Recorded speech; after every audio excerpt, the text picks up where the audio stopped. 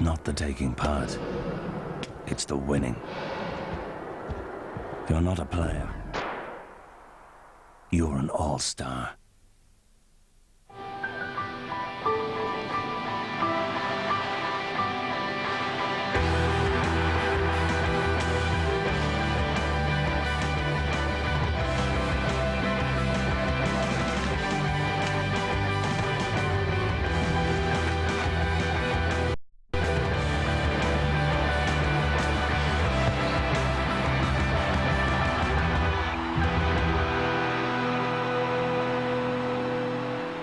We're halfway through the GEA Championship weekend here on RTE television, but nowhere nearly finished with the excitement and the drama. Remember last weekend, well, you couldn't write a script for it. Now, try and write out today's chapter.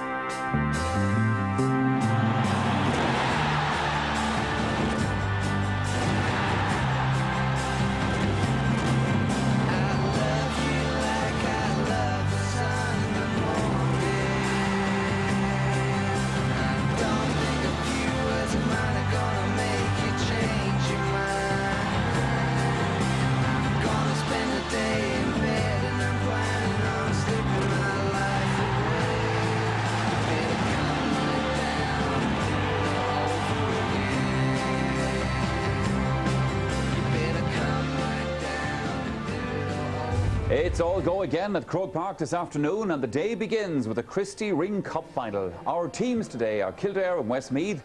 Westmeath past winners of this trophy. Whose turn will it be today? The throw-in is at 12:15. The first of this year's All-Ireland Hurling semi-finals is next. That's a repeat of the Leinster final. But will the result be the same? Kilkenny and Wexford at 2 o'clock. And then it's the quarter-final replay between Waterford and Cork. Well, you probably saw what happened last Sunday. The fun begins again at 4 o'clock. Yes, that's our programme for the afternoon. All the drama to unfold over the next 6 hours or so. Extra time between Waterford and Cork, if necessary. Well, now, Michael Dykeman has joined me here in studio for this first game of the day between Kildare and Westmeath. Welcome, Michael. Had a great start of the day for Kildare. The bus broke down in Clay on the way to the match. They are here, I have to say. The bus broke down. They got here. They're out in the field now. Yeah. In the floods, apparently. In the floods, yeah. And you know, I think that's the big thing today. You saw the lovely blue skies last week. They're not here today. Very heavy rain all night and all morning here in Dublin, and conditions are completely different. And the pitch is going to be under scrutiny. It's going to do well to hold up to it. But the pumps, I gather, are on full force underneath the pitch here, just to try and get the water off. Yeah, they're on full force. But it's, you know, 3 big matches there, 3 big matches yesterday. Yeah. So it's going to take a lot of doing. But Kildare, not ideal. You know, it happened to us one time in '98. Yeah. We broke down on the way here. The first replay against Clare in '98, and we were never renowned for long warm-ups anyway. But we always liked a few minutes in the dressing room. But you know, we had a slow start that day, and it can have an impact. The team get a bit panicky on the bus, but they're here now, and you know, themselves and ready to go. Ready to go. Yeah. Okay. Let's just jump ahead to the other 2 matches first before we come back to talk about the Christy Ring final again.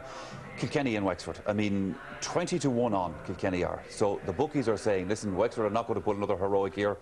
Yeah, you know, hurling is different and every day is different, and Brian Cody will tell you, you know, that Wexford have closed the gap and everything, but, you know, you'd expect they're going to play with a lot more passion and heart than they did in the Leinster final. You know, it's pride is at stake, but there's no way on form they can beat Kilkenny. I could see them playing an awful lot better than they played and still getting beaten by as much, because Kilkenny are capable of doing that. You know, I think they dropped the tempo a bit in the Leinster final when they were well on top. Whereas you saw with Galway, 7 minutes to go, Kilkenny still pulled away and won by 10 points, and they're capable of doing that. You know, the conditions will be a leveller, but you still have to say Kilkenny should win comfortably. Yeah, and the question is, of course, the next match after that then. Well, I haven't a clue, and there's no point telling lies. And again, nobody does. That's the no, they take on a life of their own, and you know, you have to make predictions. That's what we're here for. You know, and I would think the pendulum has swung in Waterford's favour. Last Sunday I thought Cork might do it narrowly. I think, you know, Cork scored 3-16 last week. I don't think there was any more in them. I thought it was a good score for them to get, whereas I thought Waterford comfortably could have scored another 4 or 5 points. And if they look back during the week, they'll say, why didn't we play the ball into our full forward line? Why were we pucking wide out the field? And they're going to have a game plan. But with that forward line they have, I was just talking to Joe Dooley the other evening about it.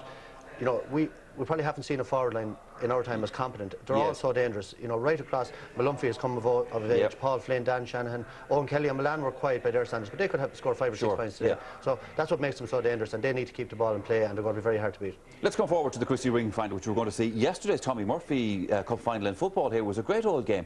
What can we expect from this Kildare Westmeath match? Yeah, fierce excitement. Miko and Arthur French at Kildare might get very excited there yesterday as well. But you know, I think Westmeath have the edge in experience, but you know, Kildare, they have a bit of a League of Nations. They have the 2 Tipperary players. David Kennedy is going to be obviously an All-Ireland winner at centre-back with Tip in 2001. He's adding huge steel to the centre-back position. Paddy O'Brien, lovely forward from Tumivara, is there.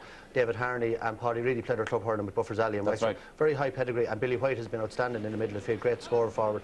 But Westmeath, they have their own, relying on their own lads. Seamus Qualter's been with them a few years now. Johnny Dooley is the coach this year with them, and I think Johnny has brought, you know, a little bit maybe more cuteness to their forward play. And the likes of Darren McCormack, you know, outstanding player. I think in any county in Ireland he'd be pushing hard for the centre-back spot. So I just think Westmeath have the edge and experience, and I'd expect them to win that one.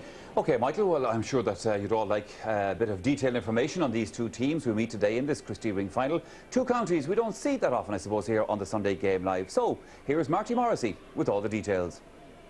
Thank you very much, Michael. Well, for the very first time, Kildare hurlers are being shown on live television, so both the Lily Whites and RTE are together making a little bit of history this afternoon. There are a few household names in the starting 15. Number 6, David Kennedy, was centre-back on the Tipperary team that won the All-Ireland back in 2001, while left-half forward Paddy O'Brien was a member of that Premier squad 6 years ago. For natives like Paddy Reedy, Billy White and Adrian McAndrew, this is the biggest game of their career, so you can expect these fine hurling men of Kildare to give it everything once the ball is thrown in here in Croke Park at 12:15. The Westmeath team that saw off the challenge of Carlow in the semi-final gets the thumbs up from the team manager Seamus Qualter. No national household names in this lineup, I'm afraid, but some very talented players like midfielder John Shaw, who once again is partnered by Pat Clark. Paddy Dowdall, Darren McCormack and Brian Connaughton form a strong half-back line, but it's the Westmeath full forward line you should really be keeping an eye on. Barry Kennedy, Derek McNicholas and Daniel Carty are the boys in form. Between them in 5 championship games, they've scored the impressive tally of 7 goals and 21 points. That's the scene set. Let's go back to Michael. Thanks, Marty. We have a commercial break coming up shortly here on the programme. After that, the rival managers will be sending their troops into battle here at Croke Park. Those managers are Ben Dorney of Kildare and Seamus Qualter, the Westmeath manager. But looking at the conditions out there today again now, you know, it's been steadily pouring rain since about 6 o'clock yesterday evening. You know, in a sense, it's kind of a little bit of a lottery. It's not a day for what you call fast open hurling anyway. So, you know, any chances we do get, we'll certainly have to avail of them today. What would it mean to Kildare people and hurling people in particular in the county to take home from some silverware today? I think it'd be a fantastic day. I mean, you know, there's huge emotion among the players, myself personally as well. I mean, it's been an investment of time and effort with great guys, and fantastic management team over the last 2 years. I mean, nobody realises how much work people put into this, and I'm glad that it's on television. I'm glad it's here in Croke Park, and as I said to the lads, it wouldn't have mattered if it was 9 o'clock in the morning. We were coming up to play and to enjoy it. Seamus Qualter, first of all, delighted to be in Croke Park, I'm sure, today. Yeah, absolutely. I know the weather isn't the best, but there's nothing we can do about that, so we just have to get out there and get on with it. 70 minutes of hurling between yourself and silverware for 2007. How are things in the Westmeath camp? Yeah, the lads, they're just tagging out there now, and you know, the nerves and the tension is there, but you'd expect that. So once we get them warmed up now, they should be okay. What about the team? Talk us through the team for today. Yeah, the team is as selected during the week, and we don't have any injury problems. So we have a good sideline to choose from as well, so it's going to take 20 to win it today.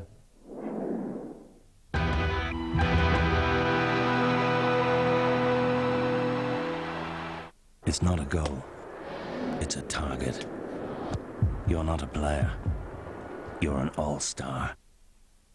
Prison Break double bill, Bank Holiday Monday at 9 on RTE2.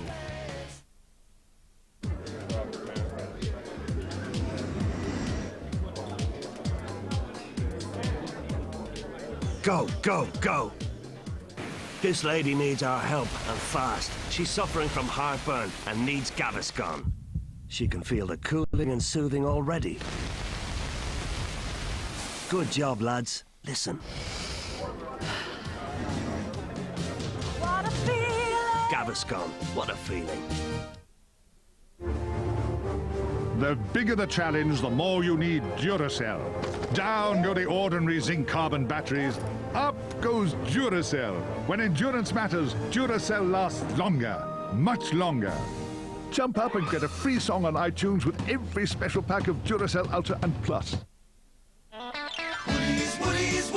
It's sale time at Woodies with 20% off all decking and 50% off all summer bedding plants. This 5-piece patio set is down to €249, save €150. This 7-piece patio set is down to €499, save €200. This Strood 7-piece hardwood patio set is only €599. Plus you get this gas barbecue worth €250, absolutely free. This 2-burner gas barbecue is down to $79.99. Woodies Garden Furniture barbecue sale now on.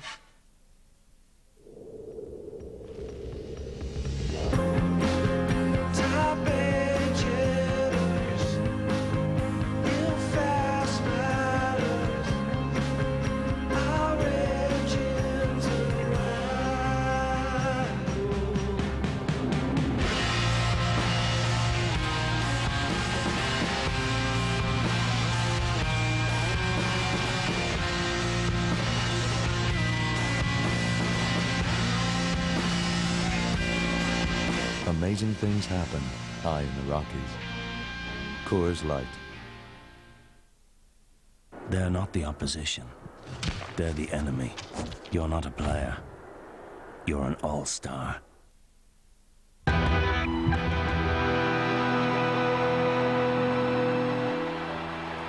Welcome back again to the Sunday Game Live. We're just about ready for the final of the Christy Ring Cup. Michael Duignan with me here in studio. Draw between these two teams. They met, I think it was last March, so not too much between them. Certainly not that day anyway. No, and I suppose Ben Darnley was on there talking about what it means to them, and that's the big factor today. Westmeath have been here before. I think they're a very experienced outfit right throughout the team. Kildare is the first time, and it means a lot to them. Like, I lived in Naas for 8 years. You go down around Kyle Dove, Ardclough, Confee, these best, they love their hurling there. And there's great hurling people in every county, but they don't get a chance. And it's great for them that it's on television today and that they have a chance. A lot of very talented players. They wouldn't be training at the same pace as the really top team. Yeah. That's the big difference. But overall, a lot of very good players on view, and I think people are going to enjoy this game. Yeah, and I mean, you were involved with the Meath hurlers for a while, and you know exactly what effort they put in. They put in a huge effort, train 3 or 4 times a week to with their clubs, but they don't, sometimes they suffer from a lack of support, but, the last couple of years in Kildare, definitely the county board have got behind them, and that's what they need to do. You need to get behind the game, because it needs a lot of investment of time and effort in training. But, I actually think this is going to be a fine game today. The conditions aren't great, but there's a lot of good hurlers on view, and, people look out for Darren McCormack, the centre back for Westmeath. He is some player. Well, Marty was mentioning him there as well. I heard after the semi-final matches, I heard Ben Dorney and Seamus Court, they were interviewed on the radio that evening, and it was obvious from both of them the way they were talking, that it's such a huge thing for them, and they were so looking forward to playing this final here today. Yeah, they are, and they deserve, I think it's a great initiative from the Hurling Development Committee, both the Christy Ring and the Nicky Record. It gives these counties something to aim for. Like, what else is there if they don't have something? They're hurling here now in August on a big day in Croke Park. Okay, we do nothing about the weather, but a lot of bigger counties aren't. Well, a lot of bigger counties aren't, and they deserve it. Like, playing in the winter until April and May in the league, and then not playing again until the following league was a joke, and it's great, I think, for all of these players, and let's hope they do themselves justice out there today. Oh, I'm sure they will. Okay, thanks for that, Michael. Let's go over then to the commentary box and join Marty Morrissey and Anthony Daly. Thanks a million, Michael. Well, it's a terrible day, as you mentioned earlier, here in the capital. It's been raining since about 8 o'clock last night, and it hasn't stopped. And indeed, as we speak, it's pouring rain still in Croke Park. I was talking to Peter McKenna, the director here in Croke Park. He was telling me the pumps are working all through the evening, or all through the night, and indeed early this morning, making sure excess water isn't on this magnificent pitch. But it's going to be a test for Croke Park. John Sexton, native of Brewery in County Limerick, but is now an official Cork referee, and he refereed the All-Ireland minor final. A good referee. I saw him the last time during the Wexford Dublin Leinster Championship semi-final in Nolan Park, Kilkenny. Well, it's going to be an interesting game. These counties met in the past, and indeed Westmeath won rather convincingly. That was in the semi-final in 2005. But Kildare have certainly improved their lot through a lot of hard work, and we expect a really close contest. And certainly the delight in both Westmeath and Kildare that this is being televised live is quite evident. They're kind of chuffed And they say that they are part and parcel of the GA world, and they're not forgotten, and they very much acknowledge what Croke Park is doing. Anthony Daly is with me. I know you're involved with Kilmoyley and Kerry, Anthony. So this game, in terms of seeing Westmeath and Kildare, is quite important. That's right, Marty. The Kerry lads would have been disappointed that they didn't get a bit further. They had a good team, and they played, I think, Westmeath in this and lost out narrowly. So, as I said, as good a hurling people as you'll find anywhere in the country, and hopefully it'll be a great day. Conor Jordan drops that down towards David Kennedy. It's rather strange to see David wearing an all-white strip rather than the Premier County. He's very much a Kildare man at the moment. There's a chance here for Colm Buggy, who drives that in, but he sends it to the left and wide. Yeah, Marty, like it's a different Kildare team than Westmeath would have played in the past. Westmeath obviously champions 2 years ago and did okay last year, beat Dublin in the Leinster Championship and gave Kilkenny a bit of a game of it in Mullingar for a good while. But it's a different Kildare team, like likes of David Kennedy and Paddy O'Brien there. You know, they're 2 All-Ireland medal holders, so they'll add a lot of strength for Kildare. Westmeath, by the way, won the toss. They decided to play from left to right, but no wind here in Dublin this afternoon. Just plenty of rain, I'm afraid. And as Michael mentioned, the Kildare bus got stuck in a flood outside Clane, and they were there for about almost an hour before a second bus arrived. But they're here in Croke Park for this Christy Ring final. Here's a chance perhaps for Adrian McAndrew. Under pressure is Paul Gravel, going back there to help out his colleagues in the full back line. Good long delivery down into the middle of the field. David Kennedy again gets pulling it, but there's a Hurley flying into the middle of the Cusick stand. Good hard clash. Here comes Pat Clark, now firmly established as John Shaw's midfield partner. There's a chance of a score, and there's the opening point in this Christy Ring final, scored by Derek McNicholas. Yeah, lovely point, Marty.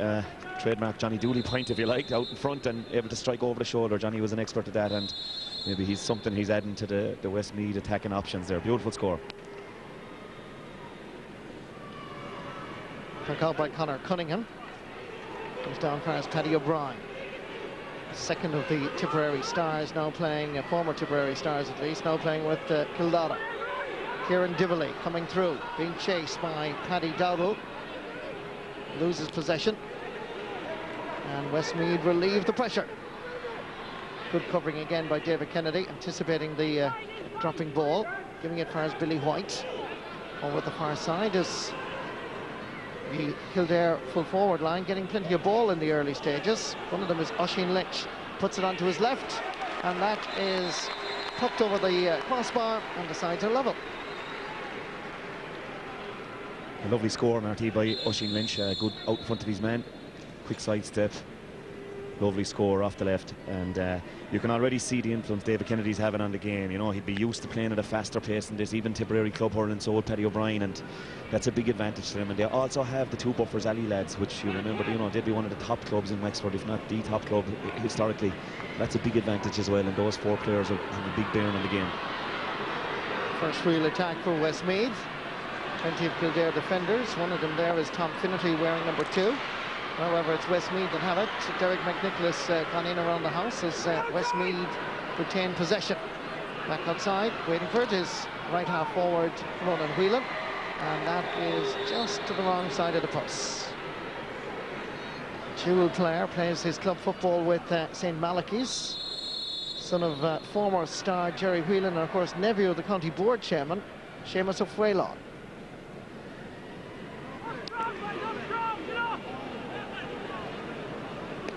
Long puck out by Conor Cunningham. Again, the clash between Andrew Mitchell and David Harney. Over at the far side with the slither in the hand is Pat Clark. Slip sliding out towards the sideline. First test for goalkeeper Conor Cunningham. Delivers it over this side in front of the Hogan stand. First to react is Paddy Dowdall. Dropping this one in, it's just again tailing to the left. That's the second wide for Westmeath. Yeah, Marty, it's going to be a tough day for striking all round. I think we'll even see it in the second 2 games that, you know, hurleys are wet and slippy and the ball is getting greasy, and, you know, it'll be the percentage play. I think sometimes, and you'll see it later on, probably the teams in the Lee McCarthy race will probably use the short ball in more than long range striking. Two number 10s, Kieran Divilly of Kildare, Ronan Whelan of Westmeath. Gathering the ball here, it's Colin Buggy, talented player from Arclaw in County Kildare. Sending it in low. Paddy Reedy, native of Clane, but plays his club hurling now with Buffers Alley in Wexford, as Anthony was mentioning. And this is a free in for Westmeath, just about 40 metres out.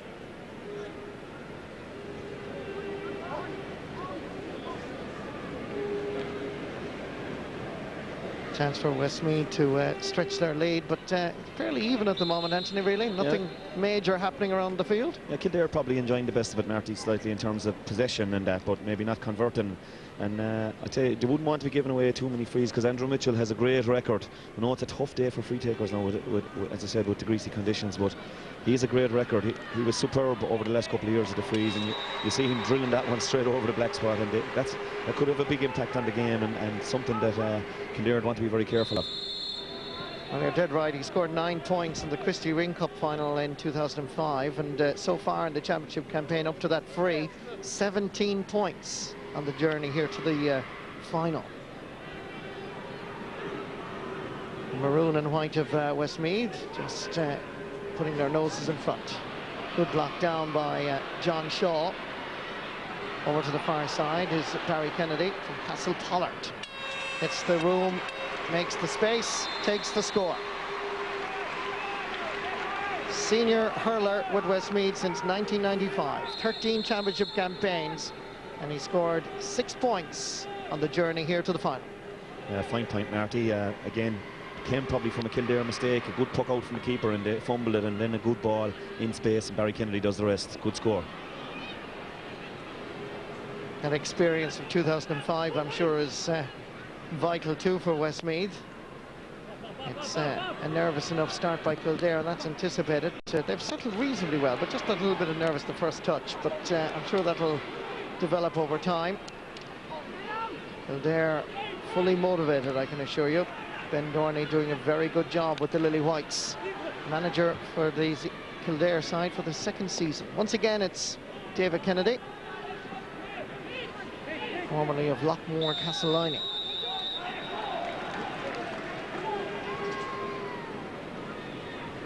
Andrew Mitchell taking a little bit too much out of it. Under challenge here from David Harney. Yeah, just overcarried, Matty. Just taking a little bit too much out of it, and referees very alert to that these days. You'll notice that in the games later on, that they're very vigilant on that steps. Now, one time, fellow Sunday game panelists and that sort of thing, he used to be able to get away with murder with steps, but they're watching out for that now. Billy White taking the free. Back there is Paul Gravel from Harney. Dropping it down into the middle of the field, skidding along the surface. Once again, it's David Kennedy. Lays it off as Billy White from the Selbridge club, flicking it forward for as Kieran Divilly. Confe man trying to get inside the cover of Paddy Dowdle. Ball is sent across, but the umpire has signalled that he ran out over the end line, so it's going to be a puck out for the Westmeath goalkeeper Mark Bryony. Yeah, maybe just Kildare, Marty, the feature of it so far is maybe they're overdoing the short stuff a little bit on a day like today. Like Billy White had good possession there, chance to shoot off his left and chose to pass it, and unfortunately Ronan Whelan or Kieran Divilly ran into trouble then and ran out wide eventually, instead of maybe taking the shot from a little bit further out. Billy White. Nice ball inside, but again the Westmeath cover is there. Intended hand pass didn't work out. Gives a chance for Brendan Byrne to make a little bit of space here. Gets inside the Westmeath cover. Hit by a wall of Westmeath defenders. Comes back outside, fires Paddy O'Brien. Kildare keep the pressure on. Perhaps the best option is to take the point.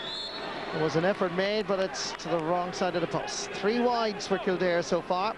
They're trailing by 2 points.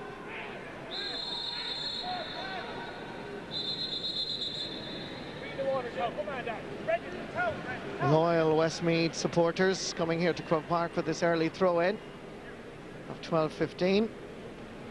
Looks like David Kennedy that has picked up a elbow problem. That's one Marty they'll be hoping is not too serious, because he's had a big influence on the first few minutes, and he's been well in the game, and has been kind of instrumental in setting up a few attacks. But I think it's okay. It might probably just maybe a little cut in the hand or something like that.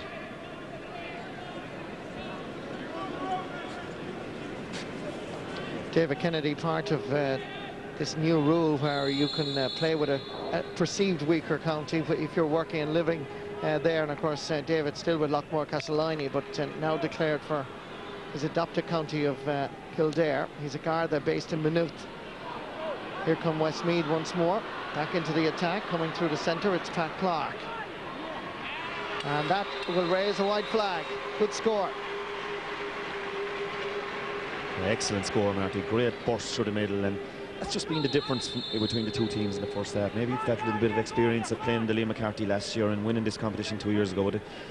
The possession has been fairly equal, I think you'll find, with the stats, but they've just been taking their chances that bit better and slightly more clinical up front, and there's no doubt about that. That's been the difference so far. Good work here in front of us by Paddy Doddle. Gives it into the centre far as Ronan Whelan. As Kildare, however, they have possession. Under pressure, it's David Harney. Going back there is Paddy Reedy. Trying to get the ball into the hand is the objective here. David Kennedy ships a fairly hefty challenge, and he's doing a lot of vacuuming up, a lot of cleaning up around that half-back line. And it's a great rule, Marty. You see the difference there. He just first time pick where the rest of them struggle to pick it and use his strength. But it's a great rule, I think. He can still play with his club, which he's probably surplus the requirements in tip. I think Owen Broslan played with Meath in his this year as well. It's a great rule, and it gives these counties a chance to really compete in this competition. I mean, there was a big gap between these two teams 2 years ago, and it's good to see, you know, the gap has closed and they're more competitive now. Ball inside by Kieran Diverley, goes out over the end line. 12 minutes played. Westmeath, Seamus Coulter, native of Turlockmore in County Galway, place where they certainly know their hurling. He's doing a good job with Westmeath over the last couple of seasons, was part of the management team. He was the manager back in 2005. And Westmeath were the first inaugural winners of the Christy Ring Cup. Blocked down by Mark Maloney. Good work by Daniel Carty. Kildare still get the possession. Working hard is Paul Grabal. Sending it up to the full forward line. Kildare under a little bit of pressure, but doing well is David Harney. Another one of the Clane boys, won an All-Ireland B Championship with Kildare back in 2004. Perhaps there's an opportunity here. It's Oisin Lynch trying to get inside the cover, has to go back outside for a little bit of support. Kieran Diverley is there, but the shot, I'm afraid, goes well wide. Now, was there a block down here? Let's have a look. Kieran Diverley from Confey taking the shot. No, it just seemed to slice off his hurl. And it is a difficult day, Marty, and you have to, you know, sympathise with the players with the conditions. It's, you know, constant heavy drizzle out there, but the Kildare shooting so far has left a lot to be desired, and while they are in the game, they just need to start converting these. Maybe they'd be better to put Paddy O'Brien inside, maybe. I know he's probably doing a good job on Darren McCormack, who is a very influential player for Westmeath. Sideline ball, far side of the field. Judging by the linesman's flag, I would suggest that this is going to be a throw ball. Number 5 for Kildare is David Harney. Andrew Mitchell from Clonkill is the Westmeath player. Pulled first time. No calling between the Kildare players, and nipping in instead is Derek McNicholas from Lochlean Gales. Good block down again. David Kennedy dominating that middle pathway through the Kildare defence. Nice work by Brian Connaughton. Nice little flick on. There's a chance of a goal here for Westmeath, and it's tucked away. Lovely strike. The finish was deadly. You couldn't ask for better. Coming through is John Shaw, has scored 2 goals and 2 points in the semi-final, 2-13 on the championship campaign. It was a lovely little flick on by Barry Kennedy, and the finish by Shaw was impeccable. Yeah, super little finish by John Shaw, but a super flick on, as you said. Barry Kennedy just spotted that the man was coming through. Another player that tried to take possession, used all his experience. Little flick on, and John Shaw couldn't really miss. Plenty of footballers in Kildare, obviously. Nice pull along the ground. A little bit of stick work, that little bit of experience evident in Westmeath. Brian Connaughton, the goalkeeper, comes off his line. And Conor Cunningham a little bit fortunate that it worked out to his advantage. Waiting for it is Mark Maloney from Selbridge. Formerly played at centre-half forward. In fact, he scored 4 points against London. Playing half-back now as a result of the suspended Richie Hoban losing out in the semi-final against Meath. Sideline ball here, front of the Hogan stand, in favour of Westmeath. Kildare could do with a break at this stage. They badly need a couple of scores, a couple of points, or maybe the break of a goal or something, and their backs are backed in a way, but just they've looking up the field and seeing them missing the chances, and that's hard to keep going when that's happening. Good calling by centre-half back Darren McCormack. Ronan Whelan gives it to him quickly. Back there is Paddy Reedy. His dad is one of the selectors, John Reedy, on this Kildare setup. Low ball again in towards the corner. Chasing after it is Oisín Lynch. Possession dominated by Westmeath at the moment. Linesman indicates it's a lily white ball.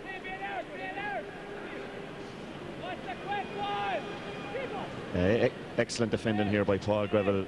Marty just waited for his man, didn't dive in and give away the free, just waited, forced him to play the ball. It was Brendan Byrne, I think, and once he played it, then the little flick in, and that's excellent defending. And Paul Greville has been around a while as well, and the experience is really standing to Westmeath at the moment. Paddy O'Brien sideline cut there, and it's a free for Kildare, just to the right of the posts, about 35 metres out.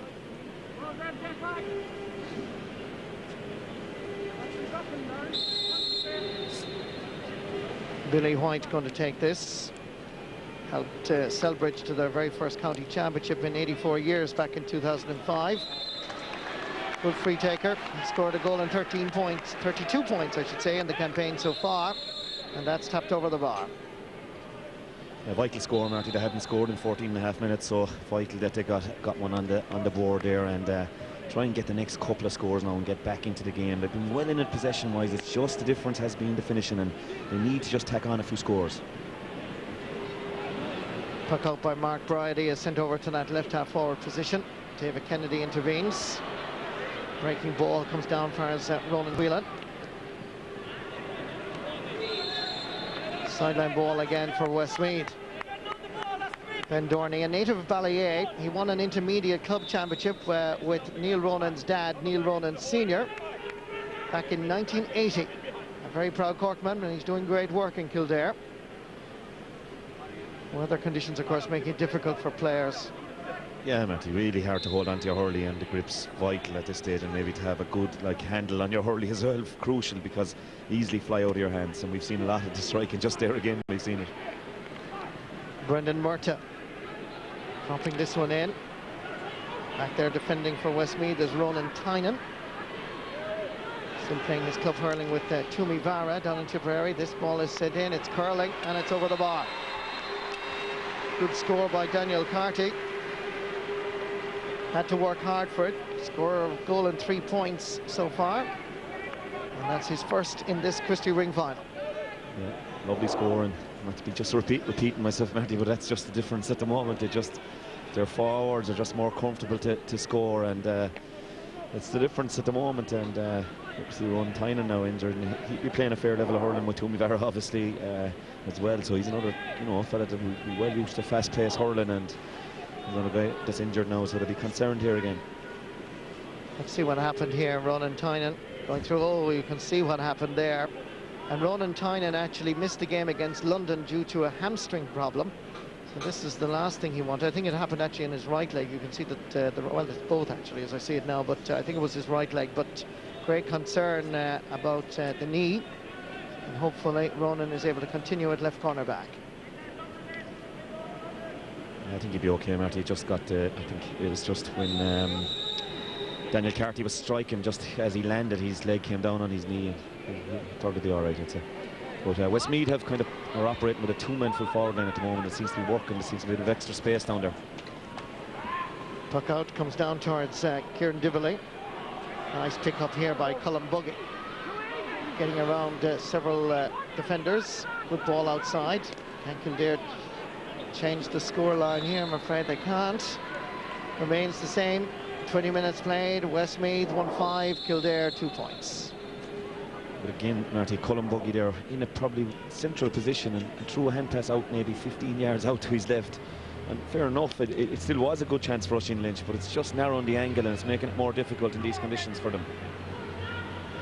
Ball comes down far as Daniel Carty puts it into the centre.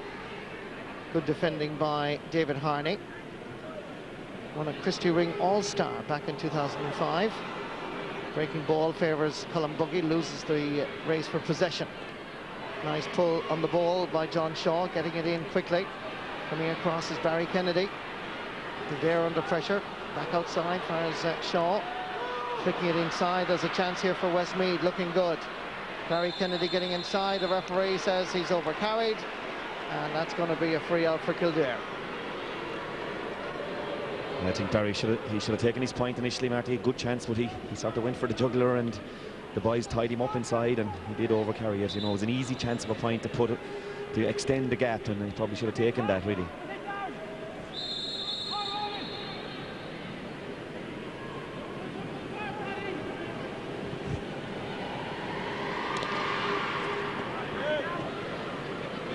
Conor Cunningham takes the free. Pulled on by Conor Jordan, wearing that distinctive the yellow helmet at left corner back. Crossfield ball is a good one. First touch needs to be better than that, and nipping in as usual is John Shaw. Ball into space. Should be Kildare's, and Ronan Tynan. Better play by Kildare as Billy White launches another attack. Leaving it behind him, however, was Paul Greville. Under a little bit of pressure, hand passes away far as Paddy Dowdle in his 5th championship campaign with Westmeath. Uses the short grip, knocked away. Westmeath have possession once more. This is centre half forward Brendan Murtagh. Hits it well. Goalkeeper keeps his eye on the ball. Loses possession, the corner back, Ronan Tynan. And the referee says it was a shoulder. He's indicating that it was a legitimate challenge. Ronan Tynan is looking at the referee, John Sexton, but he clearly indicated that it seemed to be legitimate. Let's just watch it again. Fair shoulder. What do you think? Yeah, I think maybe a fair shoulder, Marty, but if you watch the keeper here, I think he's definitely fouled. Like, Barry Kennedy pulls across him and probably forces him to hand pass the ball instead of clearing it himself, and I thought John Sexton should have blown for the initial foul on the keeper. You can tackle the keeper inside the square. Well, Ronan Tynan is making way for substitute number 19. That happens to be John Dorn, who's coming in at left corner back. So definitely, even in this early stage, it is Kildare that's in trouble here. Trailing now by 2 goals and 5 points to 2 points. David Kennedy. Good hands by Kieran Dively. The decision making by Kildare is not great, I have to say. They're giving the ball away far too easily. Inside the centre half forward Brendan Murtagh. Chance here for Westmeath to add to their tally, and that's another point.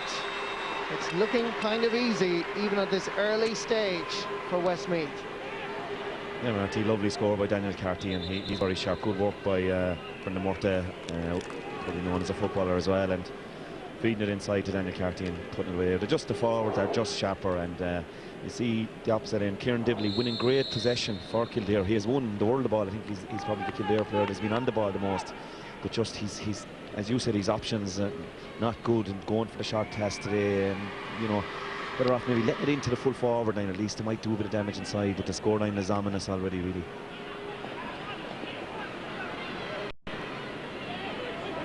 Picking up the loose ball is Paddy O'Brien. 3 Westmeath players chasing after him. Ball inside far as Colm Buggy. taken away from him, and Westmeath launch another attack. Conor Cunningham has to use the hurl, this time under the crossbar. Good control, good stick work by the keeper. Made a great save from Meath's Ger Cole in the semi-final, and still being talked about down around Naas and Newbridge. Under pressure, it's Paddy Dowdall. Returned to the panel this year, and he's having an influence in this Christy Ring final, dominating the right half-back position. Brendan Murtagh sends it in. Coming across is Tom Finnerty, under a little bit of pressure. First year on the panel. Gets the ball back, lays it outside for Billy White. Continues to work really hard around the midfield area, giving it out for his Mark Maloney, former St. Flannan's College in Ennis star at number 7. Getting the ball inside, coming through the centre, it's Colin Buggy. Once again, that Westmeath half-back line doing well. This time, however, they lose possession. It's Oisín Lynch that has a pop, and he sends that straight over the bar for his second point in this Christy Ring final. Good work there, Marty, by centre forward Tony Spain. He created the chance by a good block down. Good score by Oisín Lynch, and they just need a few more of those. And I see Enda Loughlin now is coming into the play, and they'll be probably maybe the best known Westmeath player. A very, very good midfielder, and strong, great guy in the air. I remember watching the Christy Ring final 2 years ago, and he had a massive game against Down, I think it was. A great game, they won it by a point. He scored the winning point, I think, and he'd normally be on the team. I don't know why he's not starting this year, but he's a real robust sort of player, a good player to watch. Well, I can tell you he broke 2 toes playing against Kerry earlier in the season. Came on as a sub against Carlow in the semi-final. And as you say, Anthony, he had a cracking game in the final, Christy Ring final 2 years ago. He scored 4 points. So he's on the pitch as Westmeath bring on the reinforcements. Not that it's required at the moment. Brendan Murtagh takes too much out of it, and that's going to be a free for Kildare.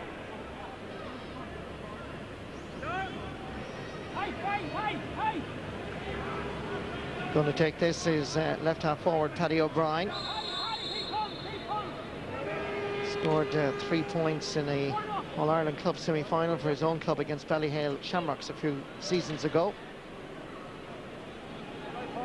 Masterful around the square is Paul Greville, number 3 for Westmeath. David Kennedy battling around midfield now as he chases after his marker. Brendan Murtagh sends this ball in towards the corner, goes off for Hurling, and the linesman, I think, is undecided. In fact, he's giving the ball now to Westmeath.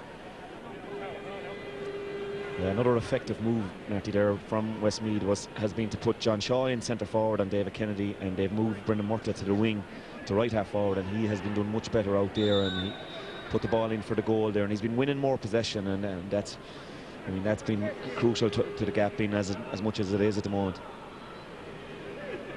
Enda Loughlin with this sideline cut, and it's a good one. Putting a little bit of pressure on Kildare again. They're back there in numbers, coming through, however, as a corner forward. And that is over the bar. Daniel Carty so close again for Westmeath. Let's have a look at it again.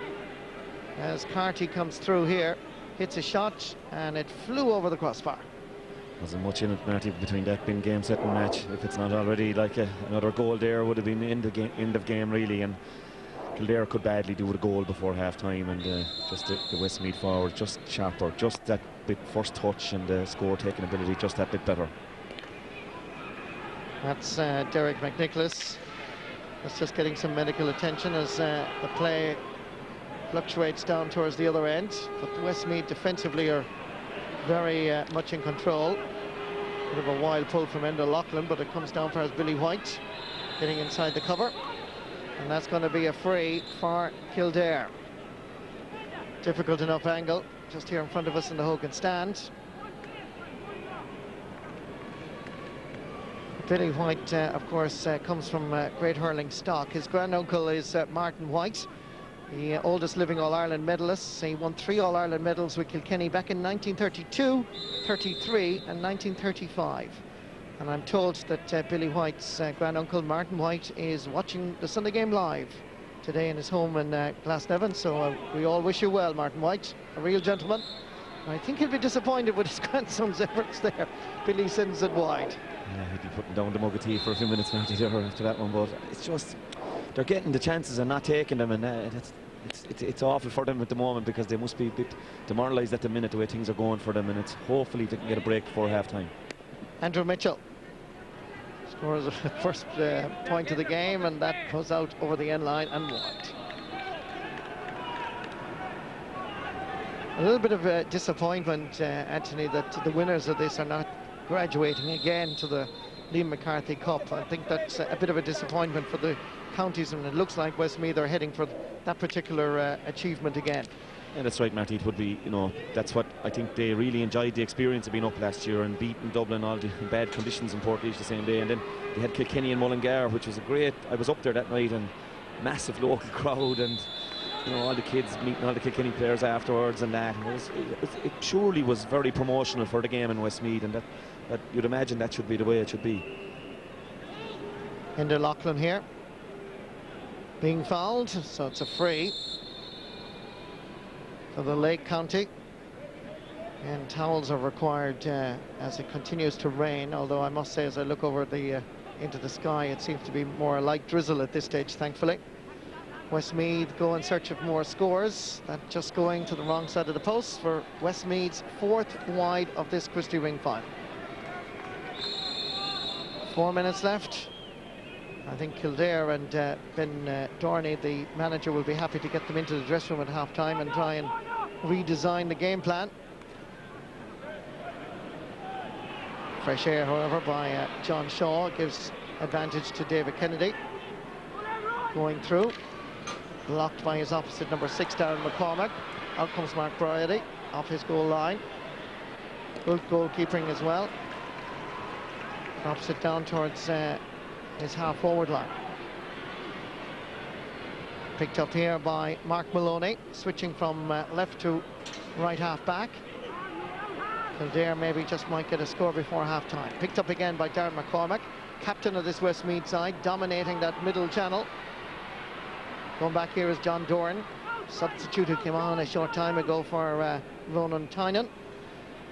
Working hard is David Harney. So too is Maloney.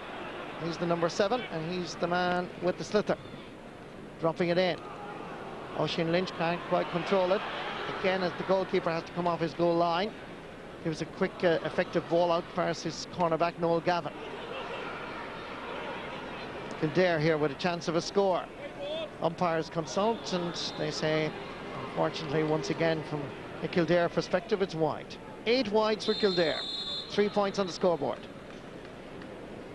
Just not happening for them up front, Matty. They're working very hard, but just the score's not going over. And sometimes in these conditions, people think that the conditions will level up the game, but sometimes in these conditions, I think that the more skillful players come to the fore, and that's probably what we're seeing from Westmeath so far in the first half.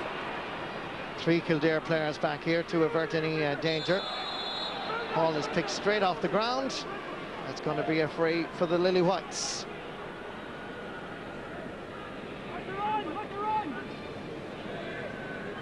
Derek McNicholas, just 20 years of age. Seamus Coulter obviously is thinking about maybe making further alterations, but they're very dominant at the moment, leading by 13 points to 3, 10-point advantage. Nice catch by Paddy Dowdle. Gives it back to his centre half-back, Darren McCormack. First to the ball is Tom Finnerty. It was a jersey pull, and that's going to be a free. Paddy Dowdle is doing very well here, and playing exceptionally well, and this is going to be a free for Kildare. Going back to take this is Paddy O'Brien. Could badly do with a break here, Martin, around the square, something to happen. Lobbing it in. Fine catch again. Westmeath are so strong back there, particularly when their captain Darren McCormack goes to the edge of the square. Flicking it across, not a great ball. Good vision, I know the idea was right, but it didn't quite work out because back there is Andrew Mitchell. Sending it along the surface towards Derek McNicholas. John Doran is there, so too is Mark Maloney. Coming through the centre is Colin Buggy. And that's going to be a free in for Kildare. With just about 30 seconds left in actual playing time. Cullen Buggy getting the free here for his county. Yeah, Cullen Buggy mightn't be, his first touch mightn't be all that's desired, but I tell you, he's a wholehearted player, and he's worked very hard in the first half. You can see the commitment in him, and winning a good free there, and hopefully this one will be scored. Billy White going to take this free. And once again, the result is the same. Wrong side of the post. 1 minute of additional time in this first half. A game dominated by Westmeath right from the very beginning. And in case you think that Westmeath have changed their goalkeepers, Mark Bridie changed his jersey a short time ago. He's wearing number 16, but he is the number 1, really. Barry Kennedy trying to hold off the challenge of the Kildare defender. Comes down far as the goal scorer, John Shaw. Nice ball inside, far as Paddy Dowdle. There's more trouble here, and Cunningham did very well. Back outside. Carty is there once more. But the goalkeeper must get the plaudits for a wonderful save. Tom Finnerty was back there as well to help out his keeper. But at the moment it's Westmeath going for the juggler, and the stroke of half-time hit that one completely off the stick of Andrew Mitchell. But a moment ago, Conor Cunningham really produced the save of this first half, and a ball that was skidding off the surface. And once there, he was on the ground for Carty's rebound. Well, it's all over in the first half of this Christy Ring final. I'm not too sure it is all over for Kildare. I'm sure they will recharge the batteries at half-time. But the first half dominated by Westmeath, with a goal by John Shaw after 14 minutes. Andrew Mitchell added a second after 22. And at half-time, it's Westmeath, 2 goals and 7 points. Kildare, 3 points. We'll have analysis. Do stay with us. We'll be back after the break.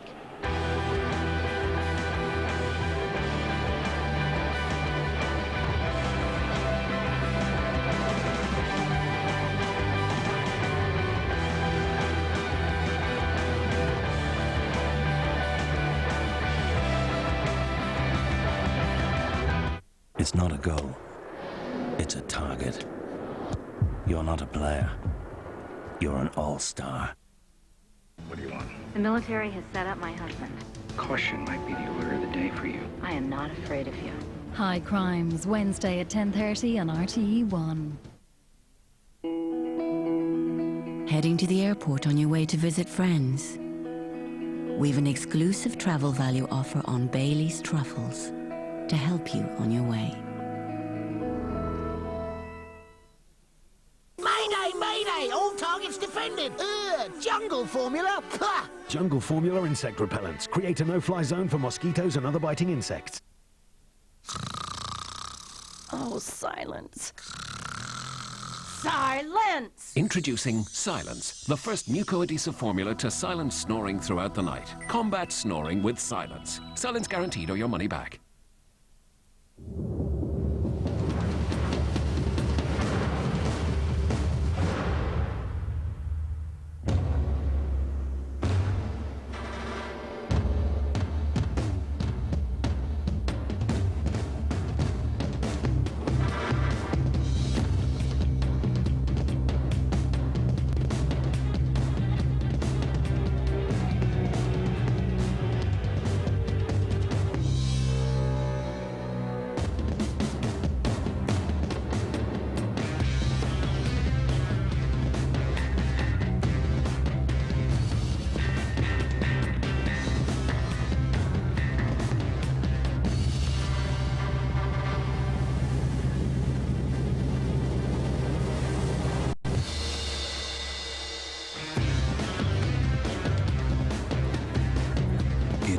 It's alive inside.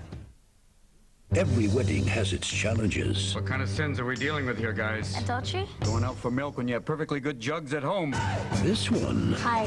has a survival course. He's just observing our relationship right now. Like a voyeur. Reverend Frank is not like a voyeur. License to wed.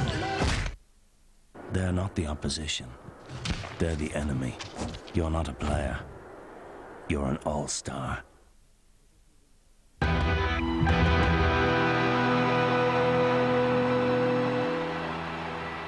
Half-time in the Christy Ring Cup final here at Croke Park. Westmeath leading Kildare by 2-7 to 3 points. Look at the stats from the first half of that game. And there they are for you, but clearly the advantage has been with Westmeath. Kildare getting enough of the possession, obviously, in the game, but just not able to get their scores over the bar. They've had 9 wides in that first half. Really, as I said, from the possession they've had, not just putting the scores up on the board. No yellow cards, no red cards in the first half of that match. Michael Duggan is with me here in studio. Michael, is clear advantage to Westmeath. Obviously, they've shown the experience they've had here. For me, I think Kildare tried to play too nice a hurling in a way. Yeah, playing nice diagonal ball and low ball into the forwards, but a day like today, I think you can't beat the direct ball, fast ball into the full forward and pick up the breaks, because there's going to be an awful lot of breaks on a wet day, and they're trying to play this nice hurling. Now, they've had the chances, but they're shooting, the nerves are getting to them the whole occasion, and really they're not hurling well. One forward has scored 2 points and no other forward has scored. Oisin Lynch has got 2 points, and the Westmeath defence are completely dominating, whereas Westmeath, on the other hand, spread the scores. 2 midfielders have scored, full forward line 5 points from play, and their half forward line coming into the game since John Shaw went in centre forward and Brendan Murta out in the wing. So Westmeath are really in the driving seat now. And in fairness to Kildare, like Westmeath had the experience of being here 2 years ago and winning this competition. They have, yeah, but you can see, not because he's an Offaly man or an ex-player, but Johnny Dooley's influence is huge. The first time hurling that Westmeath are doing, whether it be on the ground or from the hand, and you can see some of the scores we're going to show in a few minutes. They're coming from direct ball, from first time quick ball. You can't beat it. It gives the forward that half a yard, and they're moving the ball very, very quickly. And in these conditions, that's the way to play. Yeah, let's have a look at the first goal that Westmeath got. So John Shaw got this one. Yeah. Very good player, John Shaw. He was out in the middle of the field, and David Kennedy been dominating at centre forward. You'll see here Brian Connaughton, great first time pull on the ball, and in, and Barry Kennedy, a lovely little flick here, and John Shaw straight down it. But you shouldn't get that type of room, at this level, and John Shaw doesn't miss those chances. He just moved in on centre forward on David Kennedy, who'd been outstanding up until that, but John Shaw has quietened him, and really that goal has put Westmeath, it put them on the way. They hadn't, up to that, Kildare probably had more possession, but that goal really settled Westmeath, and they kicked on from there. It did, and just to add to the misfortune then for Kildare, the second goal they conceded, they really made a bit of a howler out of this. Well, suicide by Conor Cunningham, inside the goals like that. A bad day like today. He's handled some ball very, very well, some awkward ball, and again here, that's not an easy ball in the back condition, so just move out one step and let fly, and suicide hand pass, and Andrew Mitchell into an empty net, And as I say, well, Ronan Trenton had a bad knee in an incident before this, a bad shoulder to go with now, I'd say. He had a bad shoulder after, really he probably should have been replaced a minute or two before that, but it wasn't his fault here like this. Only could have just moved out along the end line there and cleared the ball, and as I say, handled very well throughout the first half, but that was suicide then, and really there's no way back for Kildare after that, and only he pulls off a great save, double save a minute later, and only for that, they could be going home and half-time on the broken. As you said, they're well in control of this match. Let's have a look at the save that Conor Cunningham made, because this wasn't easy. The ball bounced awkwardly in front of him. Yeah, first time ball again here. You see a lovely ground ball in again here, and it's been a feature of Westmeath's player, really has, and in this time into Pat Clark, the other midfielder. They're finding off that room, and that's a great save. It skids off the ground, back on his feet quickly, and another good save from Daniel Carty, who's had an outstanding first half. He's got 3 great points in play. But Pat Clark allowed way too much room there again, coming down the middle, and a super save. And that atones for the early mistake. But really, you'd expect Kildare will improve. They'll probably say at them at half time, look, you've nothing to lose, go out there and enjoy yourselves. But Westmeath really, the edge, strength, physically, better first touch, first time hurling, and all round, the better. And we're able to bring on a sub who's probably the best player in the field. Well, Enda Loughlin's outstanding, and I think he's been injured earlier on this year, just getting back to full fitness, and great option to have. You see that with a lot of teams now, particularly Kilkenny. There could be 6-7 points up. If a lad is not playing well, it's a kind of modern management style. They're not just saying we're happy with what's happening here. We've better players on the bench. If you're not performing, off you come. We have another break to take here on the Sunday Game Live. The second half of the first of today's big matches coming up shortly.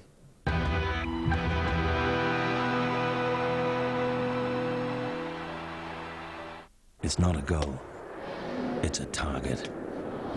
You're not a player, you're an all-star.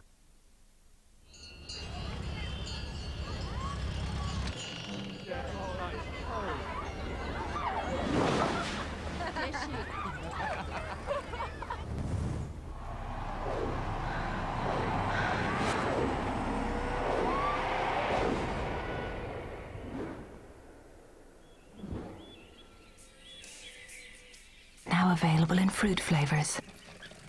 Deep River Rock, purer than you. O2 Broadband is here.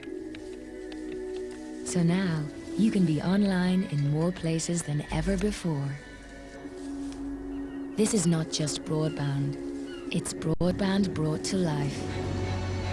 wherever you go. O2 broadband from just €15 a month for the first 3 months from your nearest O2 store. See what you can do. I do the croissant, I shuffle to my baby's house. I stick my key into the door, I'm like a laboratory mouse. Do the croissant, I shuffle to my baby's house. No need to tussle, no need to fussle. I do the croissant high. I got a gal that lives real close, you know, I got a gal that lives real close, and that's the best thing in the world's like French toast. So won't you get a slice, it's nicer than the whole loaf. No need to tussle, no need to fussle. I do the croissant high. This is an appeal from Trócaire to ask you for €7 a month to transform people's lives. Imagine having to walk 9 miles every day for water. That's 4 hours in the searing heat. Imagine if your cows were your only livelihood and their pasture had turned to scorched earth. Imagine trying to grow your food in some of the harshest conditions on earth. Every 3.5 seconds, someone in the world dies from hunger. But now imagine if there was one really simple but extraordinary action you could take to change all that. Well, there is. Make a life-saving gift of just €7 a month to Trócaire and watch extraordinary change happen. In the world's poorest countries, we're helping people transform their lives. Please join with us today by calling 1850 408 408 now. Your €7 a month will help people build wells for clean water, provide seeds and tools for families to grow food. It'll secure their homes and their land, and give children an education that could free them. We're all looking forward to that a little bit later on. However, the Kilkenny-Wexford match is an All-Ireland semi-final. Plenty at stake there too, of course. News of that now from our reporter here at Croke Park. That's Ivani Quillen, and she is down pitch side.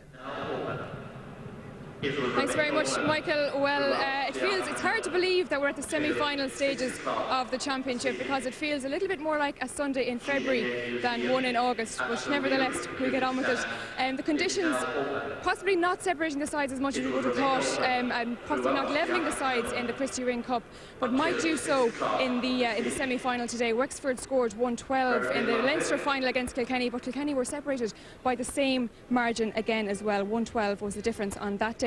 In terms of team news, there's no change to the Wexford team. One change from the quarter-final. David Doc O'Connor comes in as a straight switch for Stephen Nolan. And on the Kilkenny team then, Richie Power will line out instead of Aidan Fogarty, but he's going to wear 21 as opposed to 15 just on your programme there. That's it. That's all the team news. I'm going to get my hair out of my face because the wind has taken it away. But the throw-in for this one, the semi-final of the All-Ireland Hurling Championship between Kilkenny and Wexford, is at 2 o'clock. It is indeed, and I'm sure the rival fans are looking forward to this rematch, and I'm sure too the Wexford fans are hoping for a different result. Michael Diner, just to come back again to this match that we have coming up here, the Kildare-Westmeath match. You know, big gap in it at half-time, so what's going to happen? Yeah, well, Westmeath look like they're going to go on and win it now. You'd like to see Kildare settling down and playing the hurling that they're capable of. Like, really, at this stage, they're not doing themselves any justice out there. Yeah. They're shooting on sight, bad wides, and I think a little bit more direct. Maybe move one of their bigger men, Kieran Dively, or one of them in around full forward, and maybe, you know, more direct play in there. But it's there for Westmeath now. It's only a matter of keeping up the tempo. OK, let's look forward again, as we were doing there with Ivani Quillen a moment ago, to the matches coming up. Now, Joanne Cantrell has been out and about and meeting some of the Kilkenny and Wexford supporters. Well, the fans are getting drenched out here as they make their way into Croke Park, but they're hoping that that won't matter when about 3:30, 4 o'clock comes. Now, the Wexford fans, you're outnumbering the Kilkenny lads. Are they running scared already? I think they're running scared. No one gives us a chance against Tipperary, and no one gives us a chance today, but we'll put it up to them. We beat Kilkenny every so often, and today is going to be one of those days. But lads, you were hammered last time. It doesn't matter. We've got St Jude lined out at full forward, number 14. He's going to get 3 goals. We're going to send him home sick today, you know. That's going to be our day. Are you as confident? Absolutely, yeah. I think the Cats have lost our 9 lives. I just think that today is our day, no question in the world about it. The rain suits us. Kilkenny, watch out. Are you scared, lads? No, not at all. We let them have their glory, let them have the thought that they can win, but we'll see who'll come out at the end of it all. I don't think it's a day for strawberries and cream, so I think the Wexford boys should just go home. Like, you know, there's not a hope on them today, so God help you lads, that's all I have to say. Like, you know, I don't have to get sick myself now. I'm fairly healthy all the time. I don't think I'll be going home sick today either. Okay. Yes, great excitement coming up about that Wexford Kilkenny All-Ireland semi-final. Second half has just started here. You haven't missed a single thing as Kildare under a little bit of pressure. This is right corner back Tom Finnerty getting it out with the help of a boot.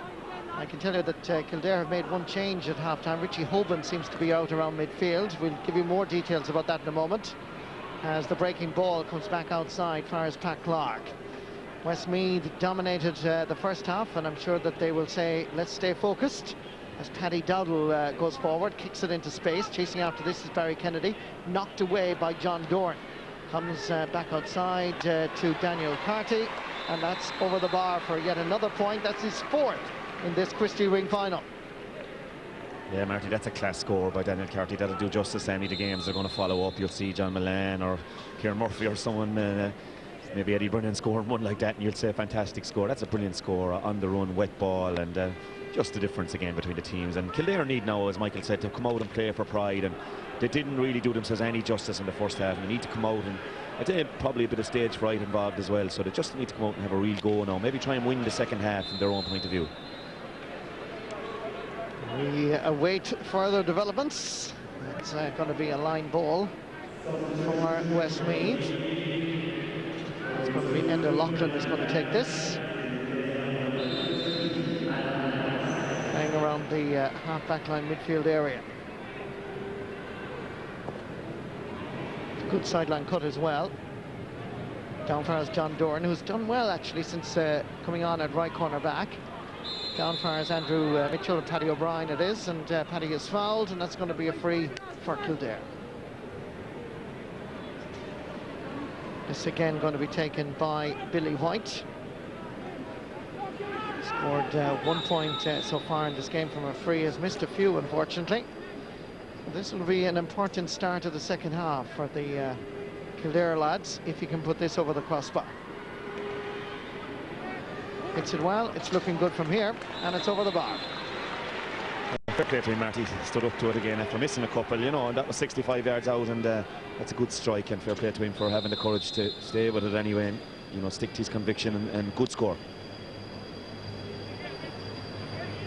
Puck out by Mark Bryody over to the far side. Daniel Carty is quite an energetic kind of a player. Getting that ball inside, fires the full forward Derek McNicholas, nice skill, gets it onto his left, there's a little foul there, and McNicholas goes down on the referee John Sexton, not allowing the play to continue correctly. It's a free for Westmeath just to the right of the post. This is the incident again as McNicholas was challenged. Yeah, great skill initially, great flick, and just held, I think it was by David Kennedy, just as he seemed to break free and about to shoot, so the ref just blew it back. But his first touch was excellent again, and the full forward line looked really sharp for Westmeath. It's had a wonderful campaign actually, Derek McNicholas. He scored a goal in every single game. His total personal tally is 6 goals and 9 points in 5 games. And probably the most crucial one was the goal he scored against Carlow in the semi-final. It's going to be taken by Andrew Mitchell, former Shinty international player, facing Conor Cunningham and his defence. His personal tally after the first half was a goal and a point. That's a goal and 2.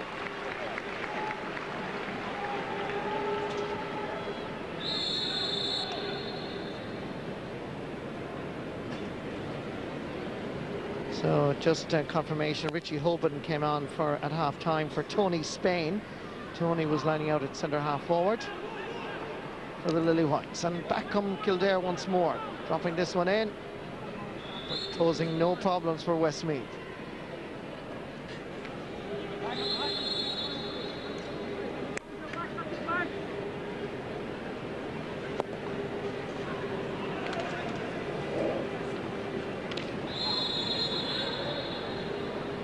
Again, the referee blows his whistle. This time it's going to be a free for Kildare. I think John Sexton wants to have a word with the Westmeath man as well, so just a little ticking there for Andrew Mitchell. He just pulled just before the ball dropped, and he just pulled a fraction early. Good referee. David Kennedy dropping this one in. Well gathered. Flicking inside on, flicked away by Paul Greville. For a moment there was a fleeting opportunity of a goal for Kildare. full forward Adrian McAndrew.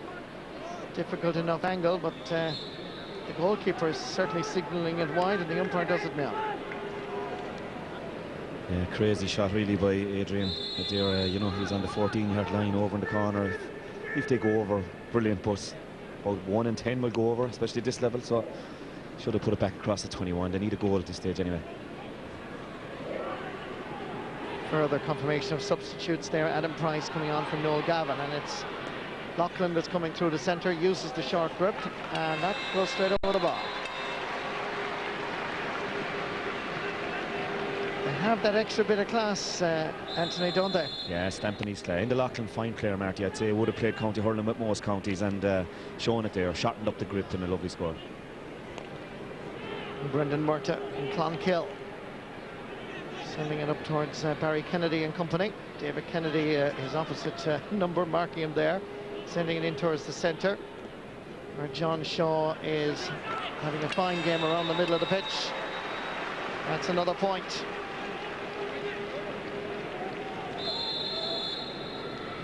But again, Marty, there you saw Barry Kennedy didn't take the shot from the sideline, spotted that John Shaw was in a better position, popped it out to him, simple score from the middle. Enda Loughlin gets a touch to it, but it's Kildare that have possession. Nice little hook, nice pick up by Mitchell. Hand passed outside for Enda Loughlin, and away we go again, business as normal, as Westmeath go into the attack. Goalkeeper Cunningham has to come off his line. Seems to have been fouled. There was a jersey pull on Derek McNicholas, but at least that's what the full forward is claiming. The referee, I think, is giving a free to Kildare with a challenge by McNicholas on the Kildare goalkeeper. Firmly established as the first choice goalkeeper, Conor Cunningham, in his second championship campaign. Darren McCormack made his debut for Westmeath back in 1997. A chance here perhaps for Kildare. It's Billy White, straight over the black spot. Very good score. It's his first from play. He's the main scoring machine on this Kildare side. You can see he was right, just almost on the sideline, front of the Hogan stand. It's it over. Great score from Billy. Made a good start to the second half now. Fair play to him because he didn't have a great first half, but he's showing that he's going having a go anyway for the second half. Just confirmation, the news we've heard that the All-Ireland hurling semi-final between Kilkenny and Wexford just being put back from 2 o'clock to 2:15. Testing ball for Bridie, and he did well. That's good goalkeeping. Kept his eye on the ball all the way. And away come Westmeath. Centre half back Darren McCormack drops it in towards the opposite goalkeeper. Oh, that was a lovely little touch by Derek McNicholas, but instead of going into the net, it just went wide. Fantastic touch. It seemed to be destined for the corner. The net, the keeper was waiting. He had his eye on the ball, to be fair to him. But a great flick by McNicholas. But at the other end, Marty, very, very impressed by Paul Greville at full-back, I have to say. He's been very commanding, and along with Darren McCormack. Darren McCormack, well known, you know, played well with Cup with Leinster and that, but Paul Greville having an outstanding game in there at full-back. Free for Kildare once more. Billy White going to take this.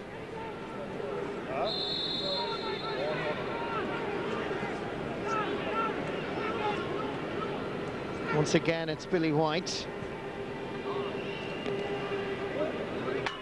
Trots away, I think, in a confident mode, and that's the reason why.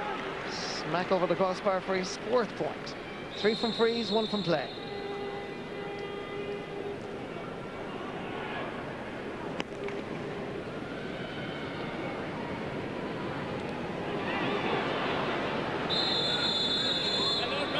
A little bit of jersey pulling on the Westmeath man, so it's more pressure and more trouble for Kildare. Great catch, Marty, by Brendan Murta, and that definitely has worked. Him going over there and Mark Maloney and John Shaw going in centre and the Loughlin to midfield, like that has given them a more solid look around the middle there, that triangle there, and all three are playing very big parts in the game at the moment.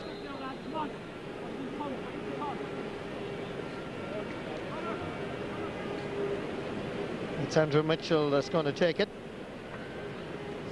has been on this Westmeath senior hurling team since 2001. Fairly consistent free taker. That's a goal and 3 points now for Andrew. Westmeath are putting more and more daylight between themselves and their opponents.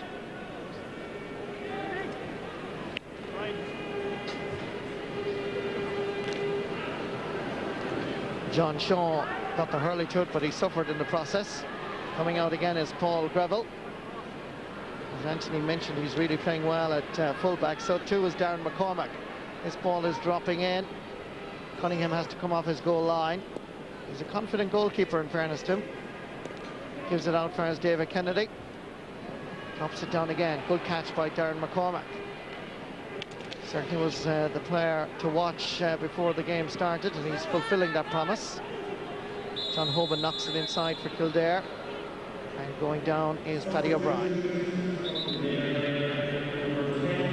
They're making changes. They're bringing on Brian Coulston and Matty Dowd. And they're taking off Kieran Dively and Brendan Byrne, the whole right side of their attack. Right half forward and right corner forward both being replaced. Yeah, Marty, maybe at this stage that Ben Dorney and John Reedy and the lads are probably thinking that the game has gone beyond them, and probably the right thing to do, give as many fellas a run out here in Croke Park. Big day for these lads, and give as many of them a game as possible and keep plugging away. You never know, a goal might come and put a bit of respect in the scoreboard, but that's the best they can hope for at this stage, you'd imagine. Left half back Brian Connaughton from Westmeath getting a yellow card, and that is over the bar. Once more, it's Billy White now with a personal tally of 5 points.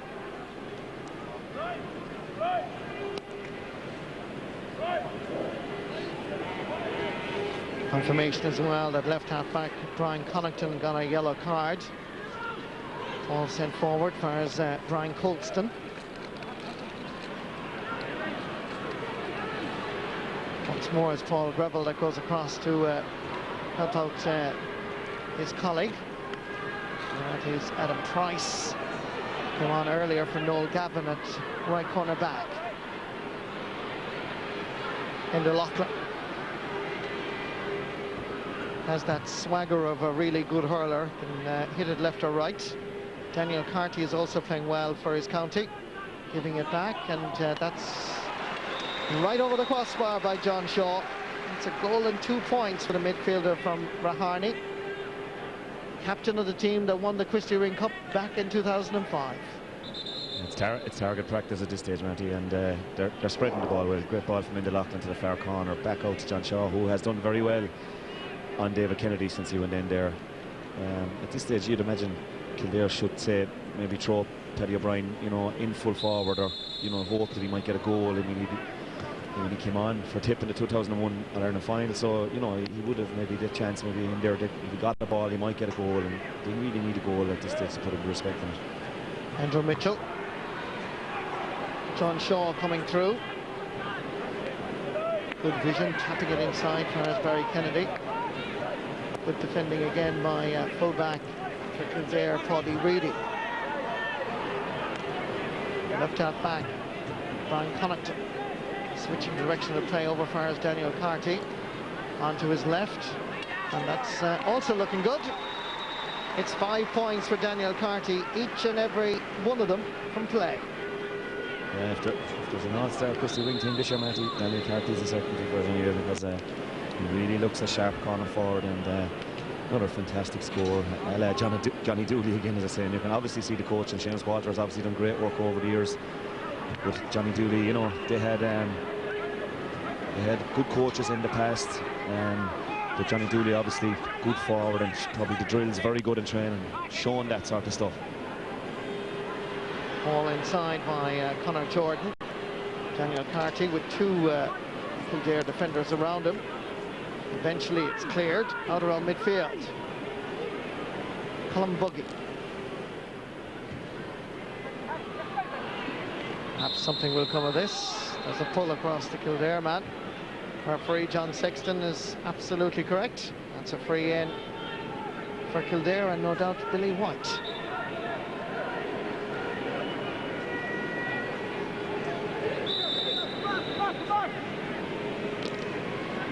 Driving it in. Taking over the free taking there was Paddy O'Brien. It's his first point in this Christy Ring final.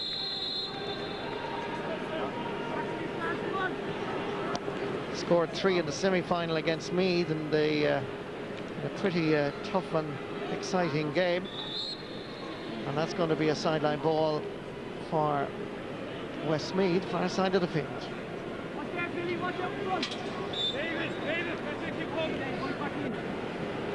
Once more, it's Enda Loughlin that's going across to take it.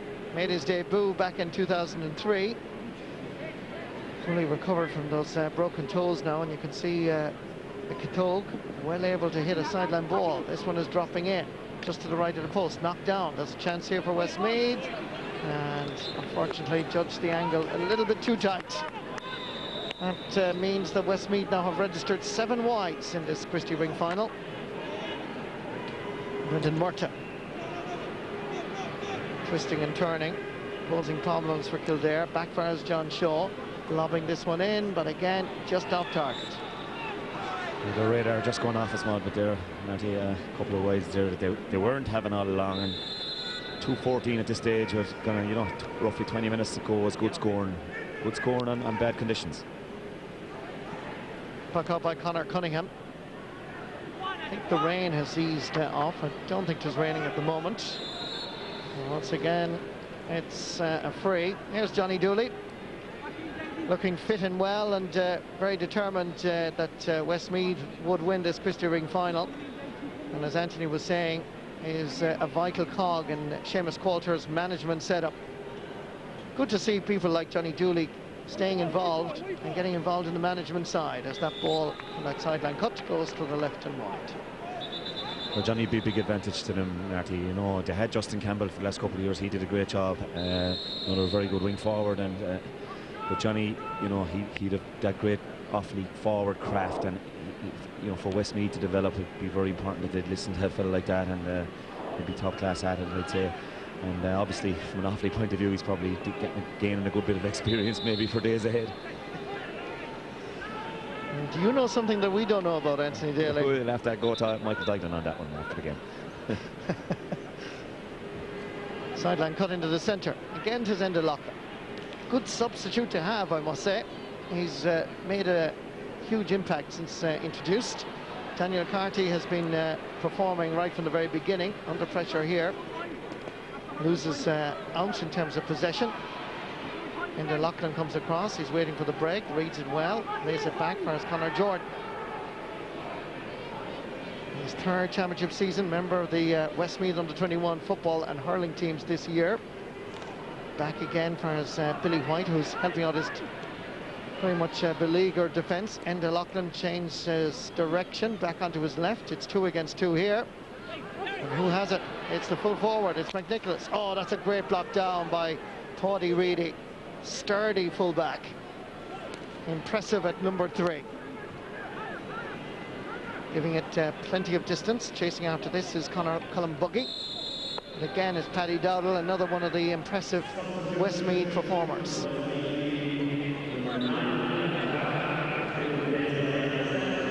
I see a very good block. Paddy Reedy, experienced player, Wexford club hurler obviously, and you know, has had a tough enough day with Derek McNicholas. Is a good forward, and hanging on to him there and getting in a good block, and that maybe more of that earlier on, better for them. It's a Clark for a Clark here. Joseph Clark is coming on from midfielder Pat Clark around the middle of the field. I don't think it really matters that much at this stage, because I think Westmeath already have one hand, if not 2 hands on the cup. There could be confirmation even quicker than the full-time whistle if they get another goal. David Kennedy is back there, knocked away by Daniel Carty.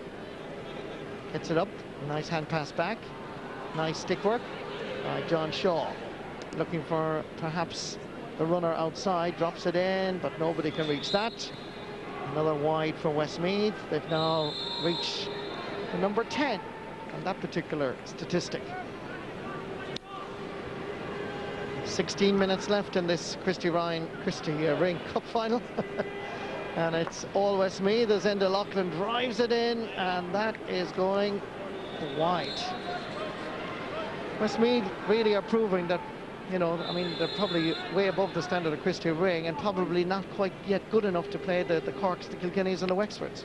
Yeah, Marty, that's the thing about it, and they just have to keep working and working on the underage and try and get a few more. You see the likes of Daniel Carty coming in, and he has added a bit to them, and he's young player, and they just need to keep working like that. I don't think Kildare are as bad as the scoreline suggests. I think there's a bit of stage fright involved, and they didn't get the start they wanted. They needed to settle, and massive day for them, whereas Westmeath have been through it all before, and that has what really stood to them today. They've, you know, they have the experience. They had no nerves coming up here, I'd say. Chance of another score here, but it looks like Paddy O'Brien is going to go for goal here. He lifts it, and that's over the bar. That's his second. I don't think he was actually planning to that ball to go over the crossbar. No, he stood back, Marty. He was definitely having a go for the goal, and I think by the walk of Paddy O'Brien, he has picked up a bit of an injury, and they're putting him in now full forward at least. So you'd never know, he might get a ball inside and raise a green flag. You see Kennedy again, great catch. Continues to produce the goods, David Kennedy at centre half back for Kildare. Paul Greville, masterful at full back, I must say. And of course, the minute I say that, he loses possession. Here come Kildare now. Chance maybe of Matty Dowd to add to their scoreboard, and that's a very good point. I know he lost possession there, but Paul Greville, as you mentioned earlier, has been very good at fullback. Yeah, he's been very steady enough. He's been very strong in the conditions, and he's held his ground well and covered his position well, and used his body a lot as well to shield off the man, and has been very effective in there. Fine catch by Colin Buggy. Sends it low. It was Mark Maloney actually that got that ball. Sideline ball for Westmeath. Going to be taken, I would imagine, by left half back Brian Connaughton.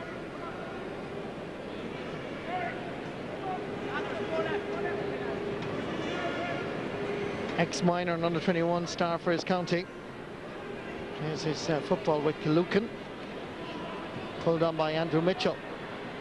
Almost added to by Daniel Carty.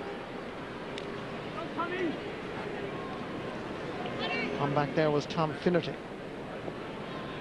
Picked up here by Brendan Murta.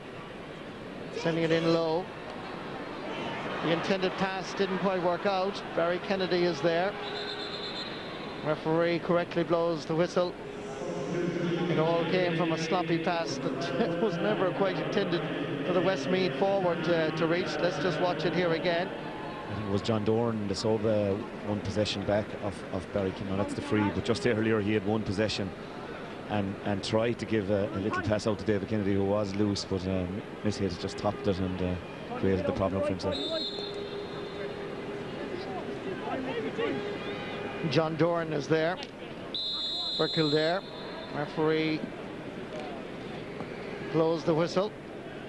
Just confirmation that another substitute has arrived on the scene. Dara Nolan is in for Kildare, and the player that's gone off is Paddy O'Brien. Obviously picked up an injury. Barry Kennedy's name being taken here by the referee, John Sexton. And it warranted a yellow card.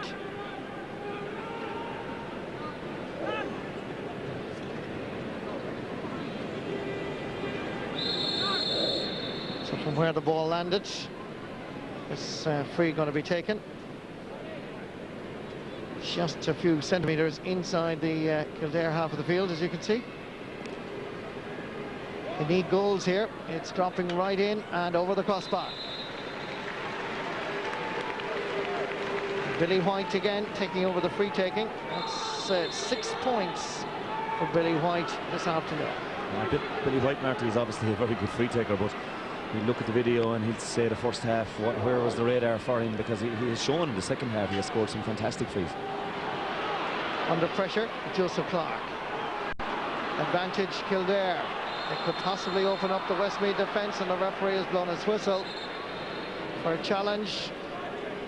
And it's going to be a free just to the right of the post. Yeah, I think it was Mark Maloney was taken out, and he just as he was getting off the pass, Conor Jordan came and took him out of it. John Sexton maybe could have let it go, but I think as it turned out, the ball inside was intercepted anyway, so maybe Kildare will be happier with the free. As it turned out, they'll probably have to go for a goal. Billy White probably have to try and attempt a goal anyway, put a bit of respect on the scoreboard. Confirmation that Conor Jordan has shown a yellow card for that challenge. Billy White to the right of the post. On the goal line, Mark Bryody. Kildare really have to go for goal here. No option. Lifts and sends it over the bar. 7 points for Billy White. And despite the fact, when you look at it, Westmeath are 20 points, 2-14. Kildare 12 points. That's only 8 points of a difference, and they've dominated this game. Yeah, the goals have made a big difference, Marty. And as we said earlier, like Kildare had a lot of possession in the first half and just weren't able to put the scores on the board, and that is what's caused the gap. Almost 12 minutes gone since Westmeath scored. Good work again by Paddy Dalvin. Has been most impressive at right half back. Goes into Kildare territory. In fires Barry Kennedy. John Doran seemed to slip as the ball was landing in, and Barry Kennedy slots that one over the crossbar for his second point. Yeah, just one to steady the ship, Marty. Just his marker slipped, and Barry just decided right point here needed just to steady the ship again. We haven't scored in a while, so just did that, and that just steadied him up again. Brendan Murtagh came in a little bit late on John Doran, so it's going to be a free out for Kildare. Meanwhile, Brendan Murtagh's name is being taken. It looks like he too will be shown a yellow card. The other thing is, Marty, people looking at this and who wouldn't know much about the Christy Ring, like if they look back over the last few games, like a lot of them have been close. You see a draw with Meath early on, beat Kerry by a goal, and a great battle with Carlow in the semi-final. So, you know, a lot of the teams would be looking at this and saying to themselves, well, you know, we organise ourselves properly for next year. You can have a right go at winning the competition and getting up here to Croke Park. Just to give you an update on the weather forecast, I'm afraid it's raining here again in Croke Park as Kildare go back into the attack. That ball is wide.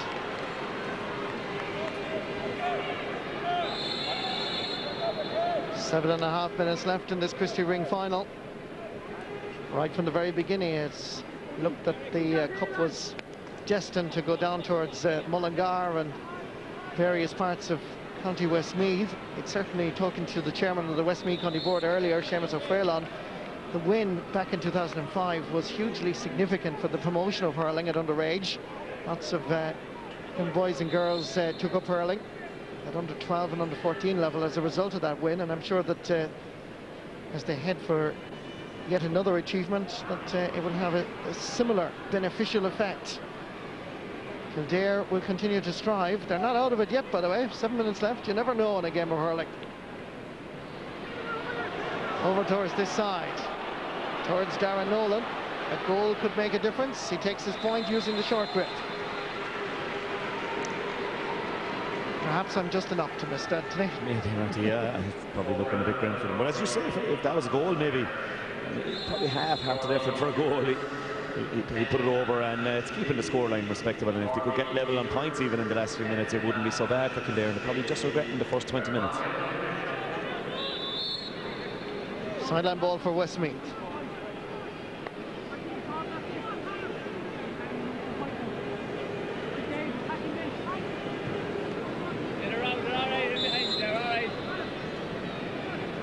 Enda Loughlin again going to take the sideline cut.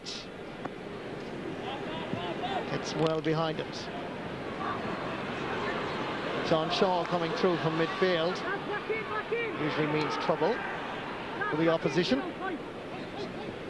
John Doran. Half blocked. There's plenty of players there. Back to Doran once more. Under a little bit of pressure. That's going to be a sideline ball for Westmeath. Yeah, Marty, we saw last week in the quarterfinals of the Liam McCarthy, an awful lot of teams struggling with their sideline cuts. A lot of them would have fancied having Enda Loughlin there. He's a fantastic sideline cutter. He has hit 5 or 6 brilliant ones since he came on. Derek McNicholas going to take this. Sends it along the ground. Nice little bit of a hook there by Andrew Mitchell. Referee again is going to give a throw ball, I feel.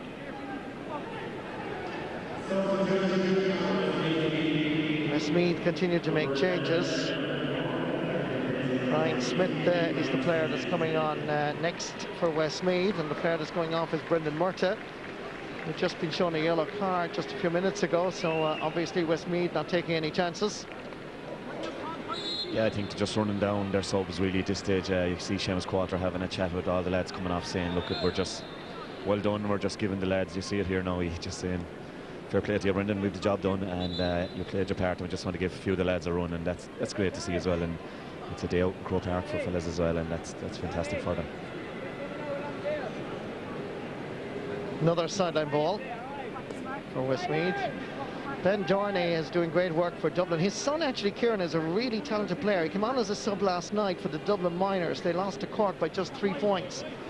But by all accounts, I wasn't there myself, but I heard it was a really, really good game of hurling. But young Kieran Dorney was underage for minor football and minor hurling next year, and will no doubt be part of the Dublin scene in the future. Another free, this time for Westmeath. On across to take it is Brian Connaughton. He won a county senior championship medal last season with his club Raharney, one of the more prominent clubs in County Westmeath in terms of hurling.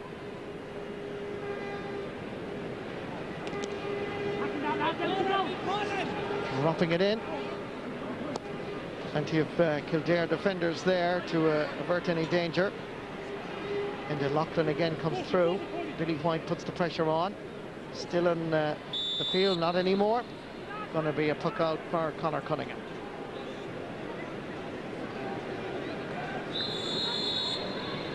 As you spoke there, Marty, of the Dublin-Cork minor game last night, and played in very, very poor conditions, incessant rain, and I believe a great game. And a bit unfortunate for Dublin to bow out at that stage after winning another Leinster Championship, their second in 3 years, and great credit due in Dublin. I think it's fantastic to see the work that's going on, and hopefully that would bear fruition in the next few years. And their under-21s, hopefully a big shout of winning the All-Ireland. Wouldn't it be fantastic to see for hurling? Absolutely. Westmeath will hope that they can too become a contender in the future. The Slither went one way, the Hurley went the other way. And the Loughlin, which gives you an idea how difficult it is here in Croke Park this afternoon. Enda has collected the hurl, bats it down for us Barry Kennedy, flicks it forward, Andrew Mitchell, and that is yet again to the left and wide.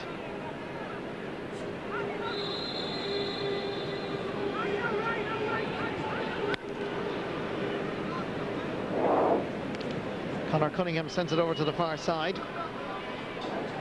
Gets it in, just a little bit far as Mark Maloney. Full forward is Adrian McAndrew. Bursting inside, trying to get inside that cover. Fouled by Paul Greville. And there's another chance for Kildare. Sort of a professional foul there by Paul Greville, Marty. He said there's going to be no goal going in at this stage, and the man ran at him, and Adrian McAndrew, and he just decided he'd spread himself and pull down, and probably difficult one to score a goal from now from this distance. Becomes the 5th Westmeath hurler to be shown a yellow card to Paul Greville. And perhaps Billy White just might engineer a goal here. Difficult enough angle though. 21 points to 13. Safe distance for Westmeath in terms of the scoreboard. The goal here will be vital. It looks like Billy is going for it. Drives it in. It's on the goal line. Kildare converge on the Westmeath defence. Referee John Sexton has blown his whistle. He says that the ball was picked straight off the ground. So it's going to be a free on the 20-metre line. It was like an attempt at a pushover try there, Marty. Once it was stopped, the whole of Kildare seemed to converge on the Westmeath goal, and I didn't see the hard to pick out who touched it on the ground. But chance now, a more central position for goal.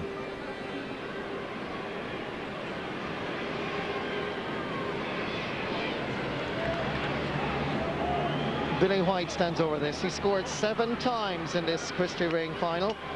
6 from frees, once from play. Going for goal here. Stopped again, and once more. It's like a rush over the try line. by the Munster rugby team, or indeed the Irish international side. Just watch it here again. Billy White drove it in, stopped with the help of the goalkeeper. In come all the white shirts, and eventually it's Brian Connaughton that wins himself a free. 1 minute of additional time to be added on here. But no doubt that the best team have won the Christy Ring Trophy for the second time in their history. But for Kildare, I'm sure the experience of playing in Croke Park, the satisfaction of getting to the final and indeed being shown here live on television. But for Barry Kennedy, he's going off as there's a change on the Westmeath side, it appears. But at this moment in time, Kildare will be disappointed with the overall performance, but boosted by the fact that they got here. Westmeath, however, have bigger plans for themselves in the hurling world. This is a nice movement. There's a chance here for Adrian McAndrew. Bottled up eventually. Back outside it comes, whereas Matty Dowd takes a shot, knocked away by Darren McCormack, and the referee blows the full-time whistle. Right from the very beginning, it was Westmeath's game, and you can see now how much it means to Westmeath. It might have been their second time winning the Christy Ring Trophy, but it's an All-Ireland medal. And for any grade of hurler who loves the game, it doesn't matter whether it is played in Nina or Toomevara or indeed Kilkenny or Croke Park, it's an All-Ireland medal. And for Westmeath, this is a very significant development, because it proves that they are worthy of being in bigger and better company. And for this particular performance, they get the Christy Ring Trophy for the second time. Goals by John Shaw after 14 minutes and Andrew Mitchell after 22 set them on their journey, and at the end of the day, Kildare fought bravely, courageously. No doubt about it, Anthony Daly, the better team won. Yeah, no doubt about it, Marty. They set the tone from early on, and their forwards were just that bit sharper all through. They were able to get the scores and create the goal chances. Kildare will be disappointed, because I think they're better than they looked there today, and possibly in the second half they showed a bit of that. But just that bit of extra experience and a bit of extra class, and if Kildare can learn from it and try and come back, there's no reason why they couldn't win a Christy Ring. But fair play to Westmeath, because they had a great win 2 years ago here. We're absolutely ecstatic over it and thrilled for Westmeath hurling, and then they did okay in the Liam McCartney. You know, they beat Dublin in the Leinster Championship, had that great night with Kilkenny in the Leinster Championship, eventually got relegated, but it just shows Seamus Quater stuck with them, and great, absolutely, really stuck with it, and great to see him getting the result again today. Yes, I'm sure the bonfires will blaze around Westmeath. Let's get some post-match reaction. Let's join Ivani Quillan. Thanks very much, Marty. I'm joined by Seamus Qualter and Johnny Dooley, the management team behind this successful Westmeath team. Seamus, another job well done. You've reclaimed the Christy Ring Cup.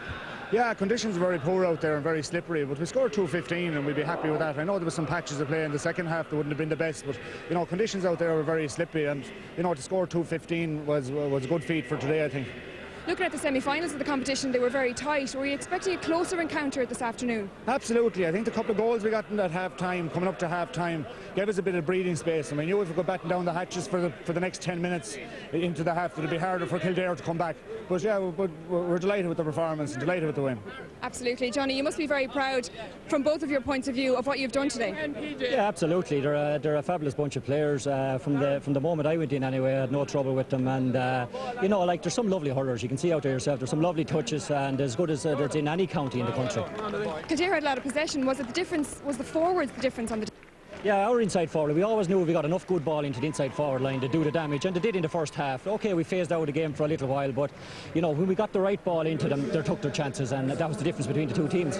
Okay, Johnny, Seamus, congratulations again. Lots of celebrations at Westmeath tonight. Well done. By Westmeath, worthy winners of the Christy Ring Trophy.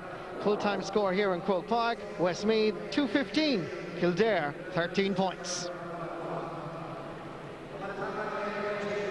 Here under the Hogan stand lower tier is the president of the GAA, Mr. Nicky Brennan, about to present the trophy to the winning captain. That's Darren McCormack from Castle Pollard.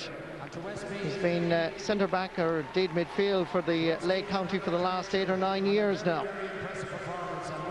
Man of the match in the 2005 Christy Ring final against Down. but for Westmeath hurlers, it's another step in the journey. They want to get into the big time. They want to be as good as the Tipperaries and the Wexfords and the Kilkennys and the Corks. And it's a long journey, but indeed it's a journey. When you see the skill of Westmeath, you'd have to say they're well capable. Great day for Darren McCormack. Great day for Westmeath hurling. They win the Christy Ring Trophy for the second time in their history.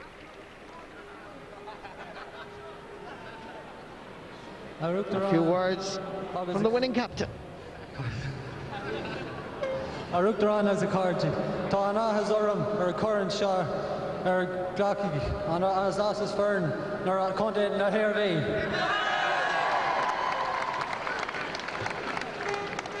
That's that one away.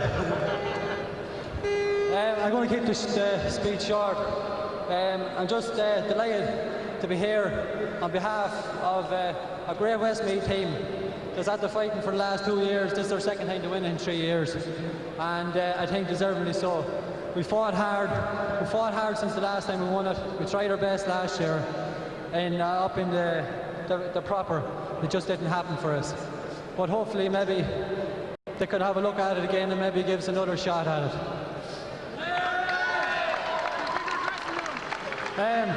I just wanted to start thanking the backroom staff, with our 3 physios, our doctor for the day. I started with 3 selectors: Christy, John Donoghue, Johnny Dooley, and most of all then, I'd like to thank Seamus Coulter for all the hard work he's after doing for us for the last 3 years. And then especially I'd like to thank all our supporters that travelled up on this miserable day to support us here in Croke Park, and they supported us all through the year as well. A hip, hip, hip, 3 hips for them. Hip, hip. Hip, hip. Hip, hip. Another one, I want to thank Bennett Construction. All their sponsorship and anything that we wanted through the year, it was provided for us. And all our small individual sponsors through the year as well. And that's about all. I'd like to thank Kildare.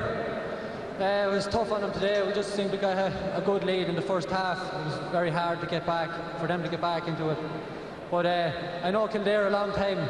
They'll keep fighting, they'll be here again. And there's a lot of absolute great hurlers on it. And I'd just like to 3 cheers for them. Hip hip. Hip hip. Hip hip. Thanks very much. Yes, indeed, a great day for Westmeath. They'll enjoy this, and it's easy, you know, for the Wexford, the Kilkennys, the Tipperaries to play hurling. They're perceived as hurling counties, but it's hard in the lower echelons of the hurling world. It takes a lot of heart, and indeed for Westmeath and Kildare, they both deserve a lot of congratulations. Well done to both. Let's go back to Michael. Martin Morrison, thank you very much indeed. Congratulations indeed to Westmeath. A super victory for them, Michael Duignan. You'll be happy for them, and obviously, of course, for your own teammate as well from the past Offaly team. Yeah, well, Johnny, great hurling man, and Seamus Coulter has done great work in Westmeath over the last 3 years.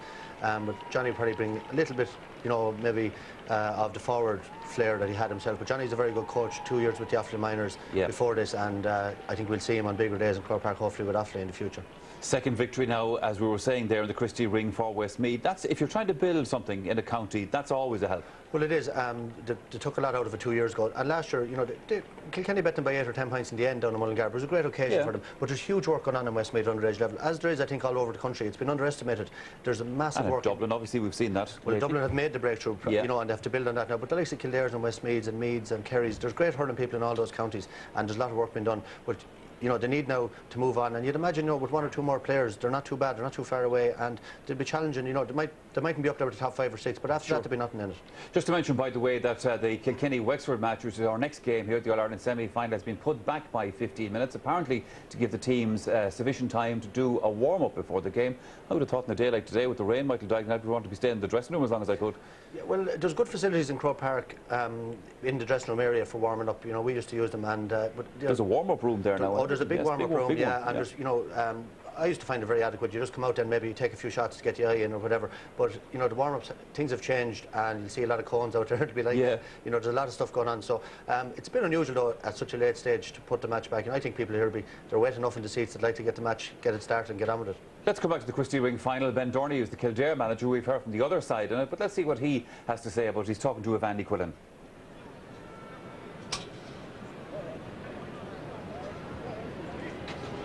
Thanks very much, Michael. Ben Dorney joins me now. Ben, conditions didn't do anything for the game today, but would it be fair to say the better team won? Yeah, to be fair, I think you'd have to say that. I mean, Westmeath were here 2 years ago, played some fine hurling against Down. And again today, their hurling was a bit sharper and a bit slicker than ours.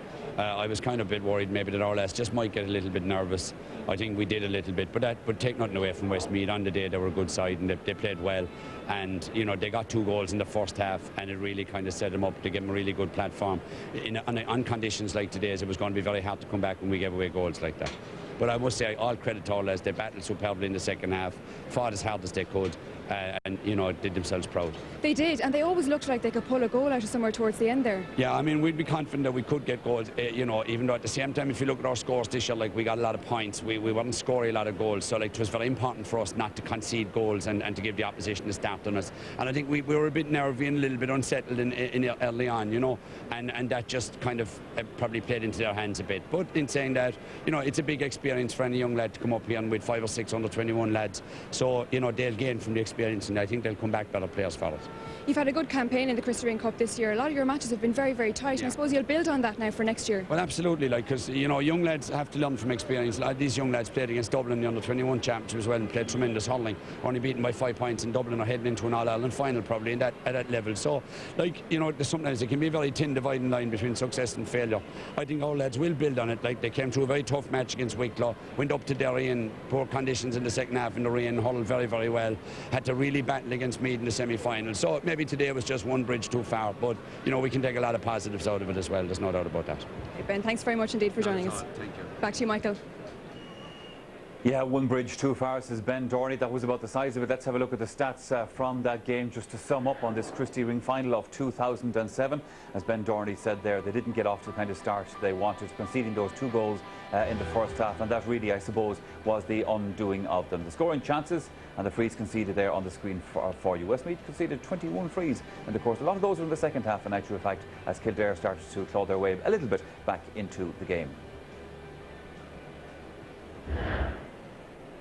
Michael Duignan has been watching that game, of course, with me. Michael, you know, the little bit of class, I suppose, that Westmeath had was evident all over the field, but particularly the second half. There were 2 points. John Shaw, who was a fantastic player for them, and Daniel Carty got a lovely point as well.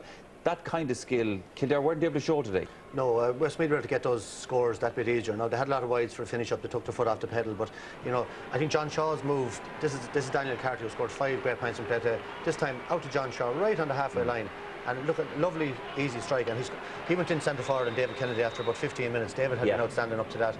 And I think that was a big turning point in the game. Yes. And here's Daniel Carty, just one look and over the bar. He scored 5 points in play in horrendous conditions out there today. And that is, you know, that's fantastic scoring by any standards. Oh, if we see that in the next game, we'll be impressed with that kind of scoring. Well, you will, and they were good scores, you know, like they were, you know, just short look and short grip on the hurl, and, you know, things you'd expect maybe from, you know, more traditional counties. But they have nice touches, and Enda Loughlin come on there, got some nice scores. But up to centre, you know, very, very strong at the back. Paul Greville and Darren McCormack at centre back, and John Shaw, Enda Loughlin, and a range of players that could score. Whereas Kildare laboured more. They hit a lot of bad wides as well when they needed scores, and just didn't have that sort of overall class that Westmeath had. For those who might have missed the first half of the game, let's just recap on the 2 goals that Westmeath scored. John Shaw got the first one of those. Yeah, first goal, very good goal, lovely touch by Barry Kennedy, and John Shaw took his finish well. He just moved into centre forward at that stage. We're going to have a look at him, but then the second goal was pure suicide then from the Kildare goal. You see the first one here? This is the first goal. Great first time ball there by Brian Connaughton, and just watch Barry Kennedy here. Like, this is a lovely little flick. It looks nothing, but great touch, and Shaw straight down the middle. You shouldn't get that sort of time, but he did there. But that little flick there, you know, that's great, intelligent hurling. Spotted the on-running player, and Shaw took his goal well.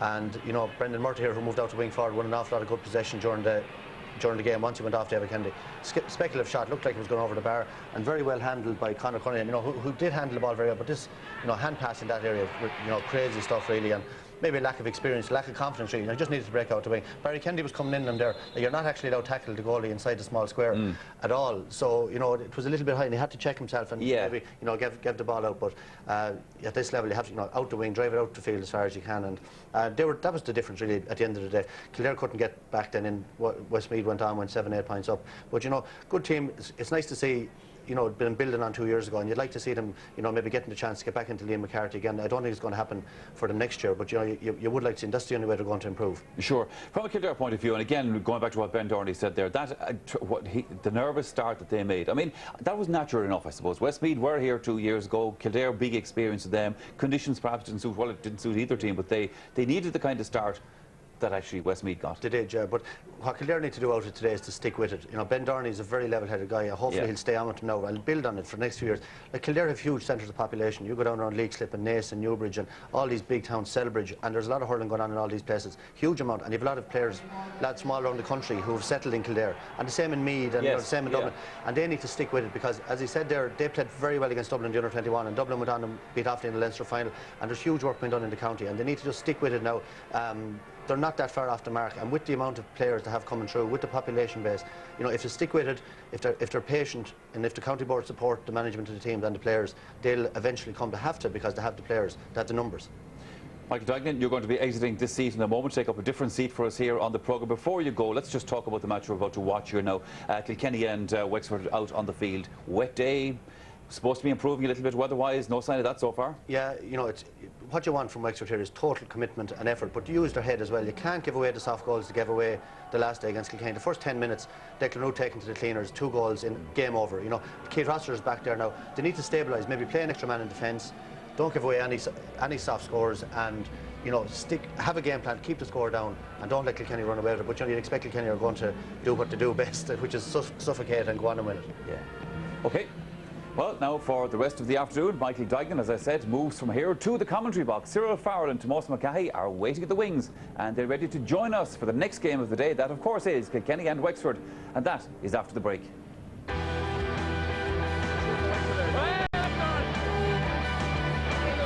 The Christy Ring Cup. Commentator again is Marty Morrissey.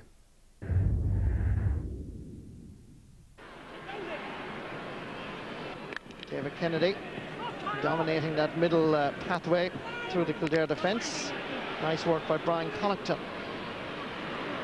Nice little flick on. There's a chance of a goal here for Westmeath, and it's tucked away. Lovely strike. The finish was deadly. You couldn't ask for better. Coming through is John Shaw, has scored 2 goals and 2 points in the semi-final, 2-13 on the championship campaign. It was a lovely little flick on by Barry Kennedy, and the finish by Shaw was impeccable. Better play by Kildare as Billy White launches another attack. Leaving it behind him, however, was Paul Greville. Under a little bit of pressure, hand passes away for as Paddy Dowdle in his 5th championship campaign with Westmeath. Uses the short grip, knocked away. Westmeath have possession once more. This is centre-half forward Brendan Murtagh. Hits it well. Goalkeeper keeps his eye on the ball.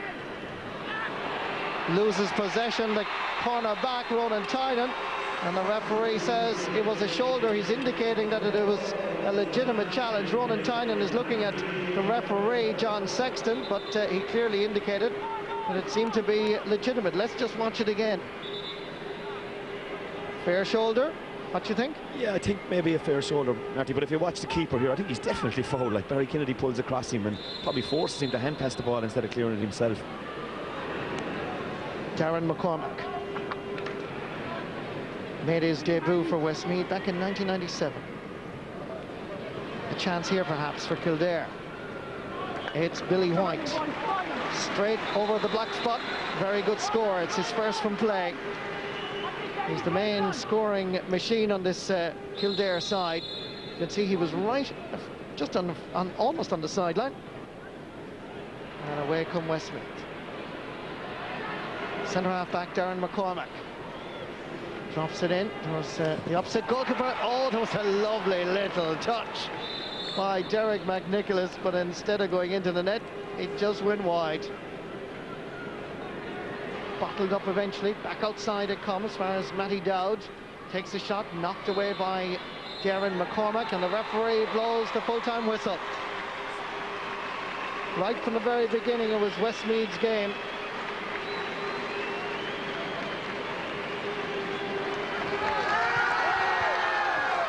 Great day for Darren McCormack, great day for Westmeath Hurling. They win the Christy Ring Trophy for the second time in their history. Well, the Christy Ring Cup isn't the only prize going back to Westmeath tonight, because Westmeath fullback Paul Greville put in a sterling performance to win the RTE Sunday Game Man of the Match award. Paul, congratulations, that's for you. Thank you very much. Great to be leaving Croke Park with not one but 2 awards. Yeah, it's great. It's great for the team, really. It's great to be winning the Christy Ring for. It's what we worked for, and it's what we got now. I suppose to win it in 2 years out of 3 is even better still. It is, yeah, but the only bad thing about this year, we don't get to go up next year. We don't get to step up our performance and move to the speed that the games are going to be like out here this evening. But we'll work at it next year, and we'll go and we'll give it another go next year. Well done to Paul and Westmeath. Tell us this, lads, is this competition serving any purpose?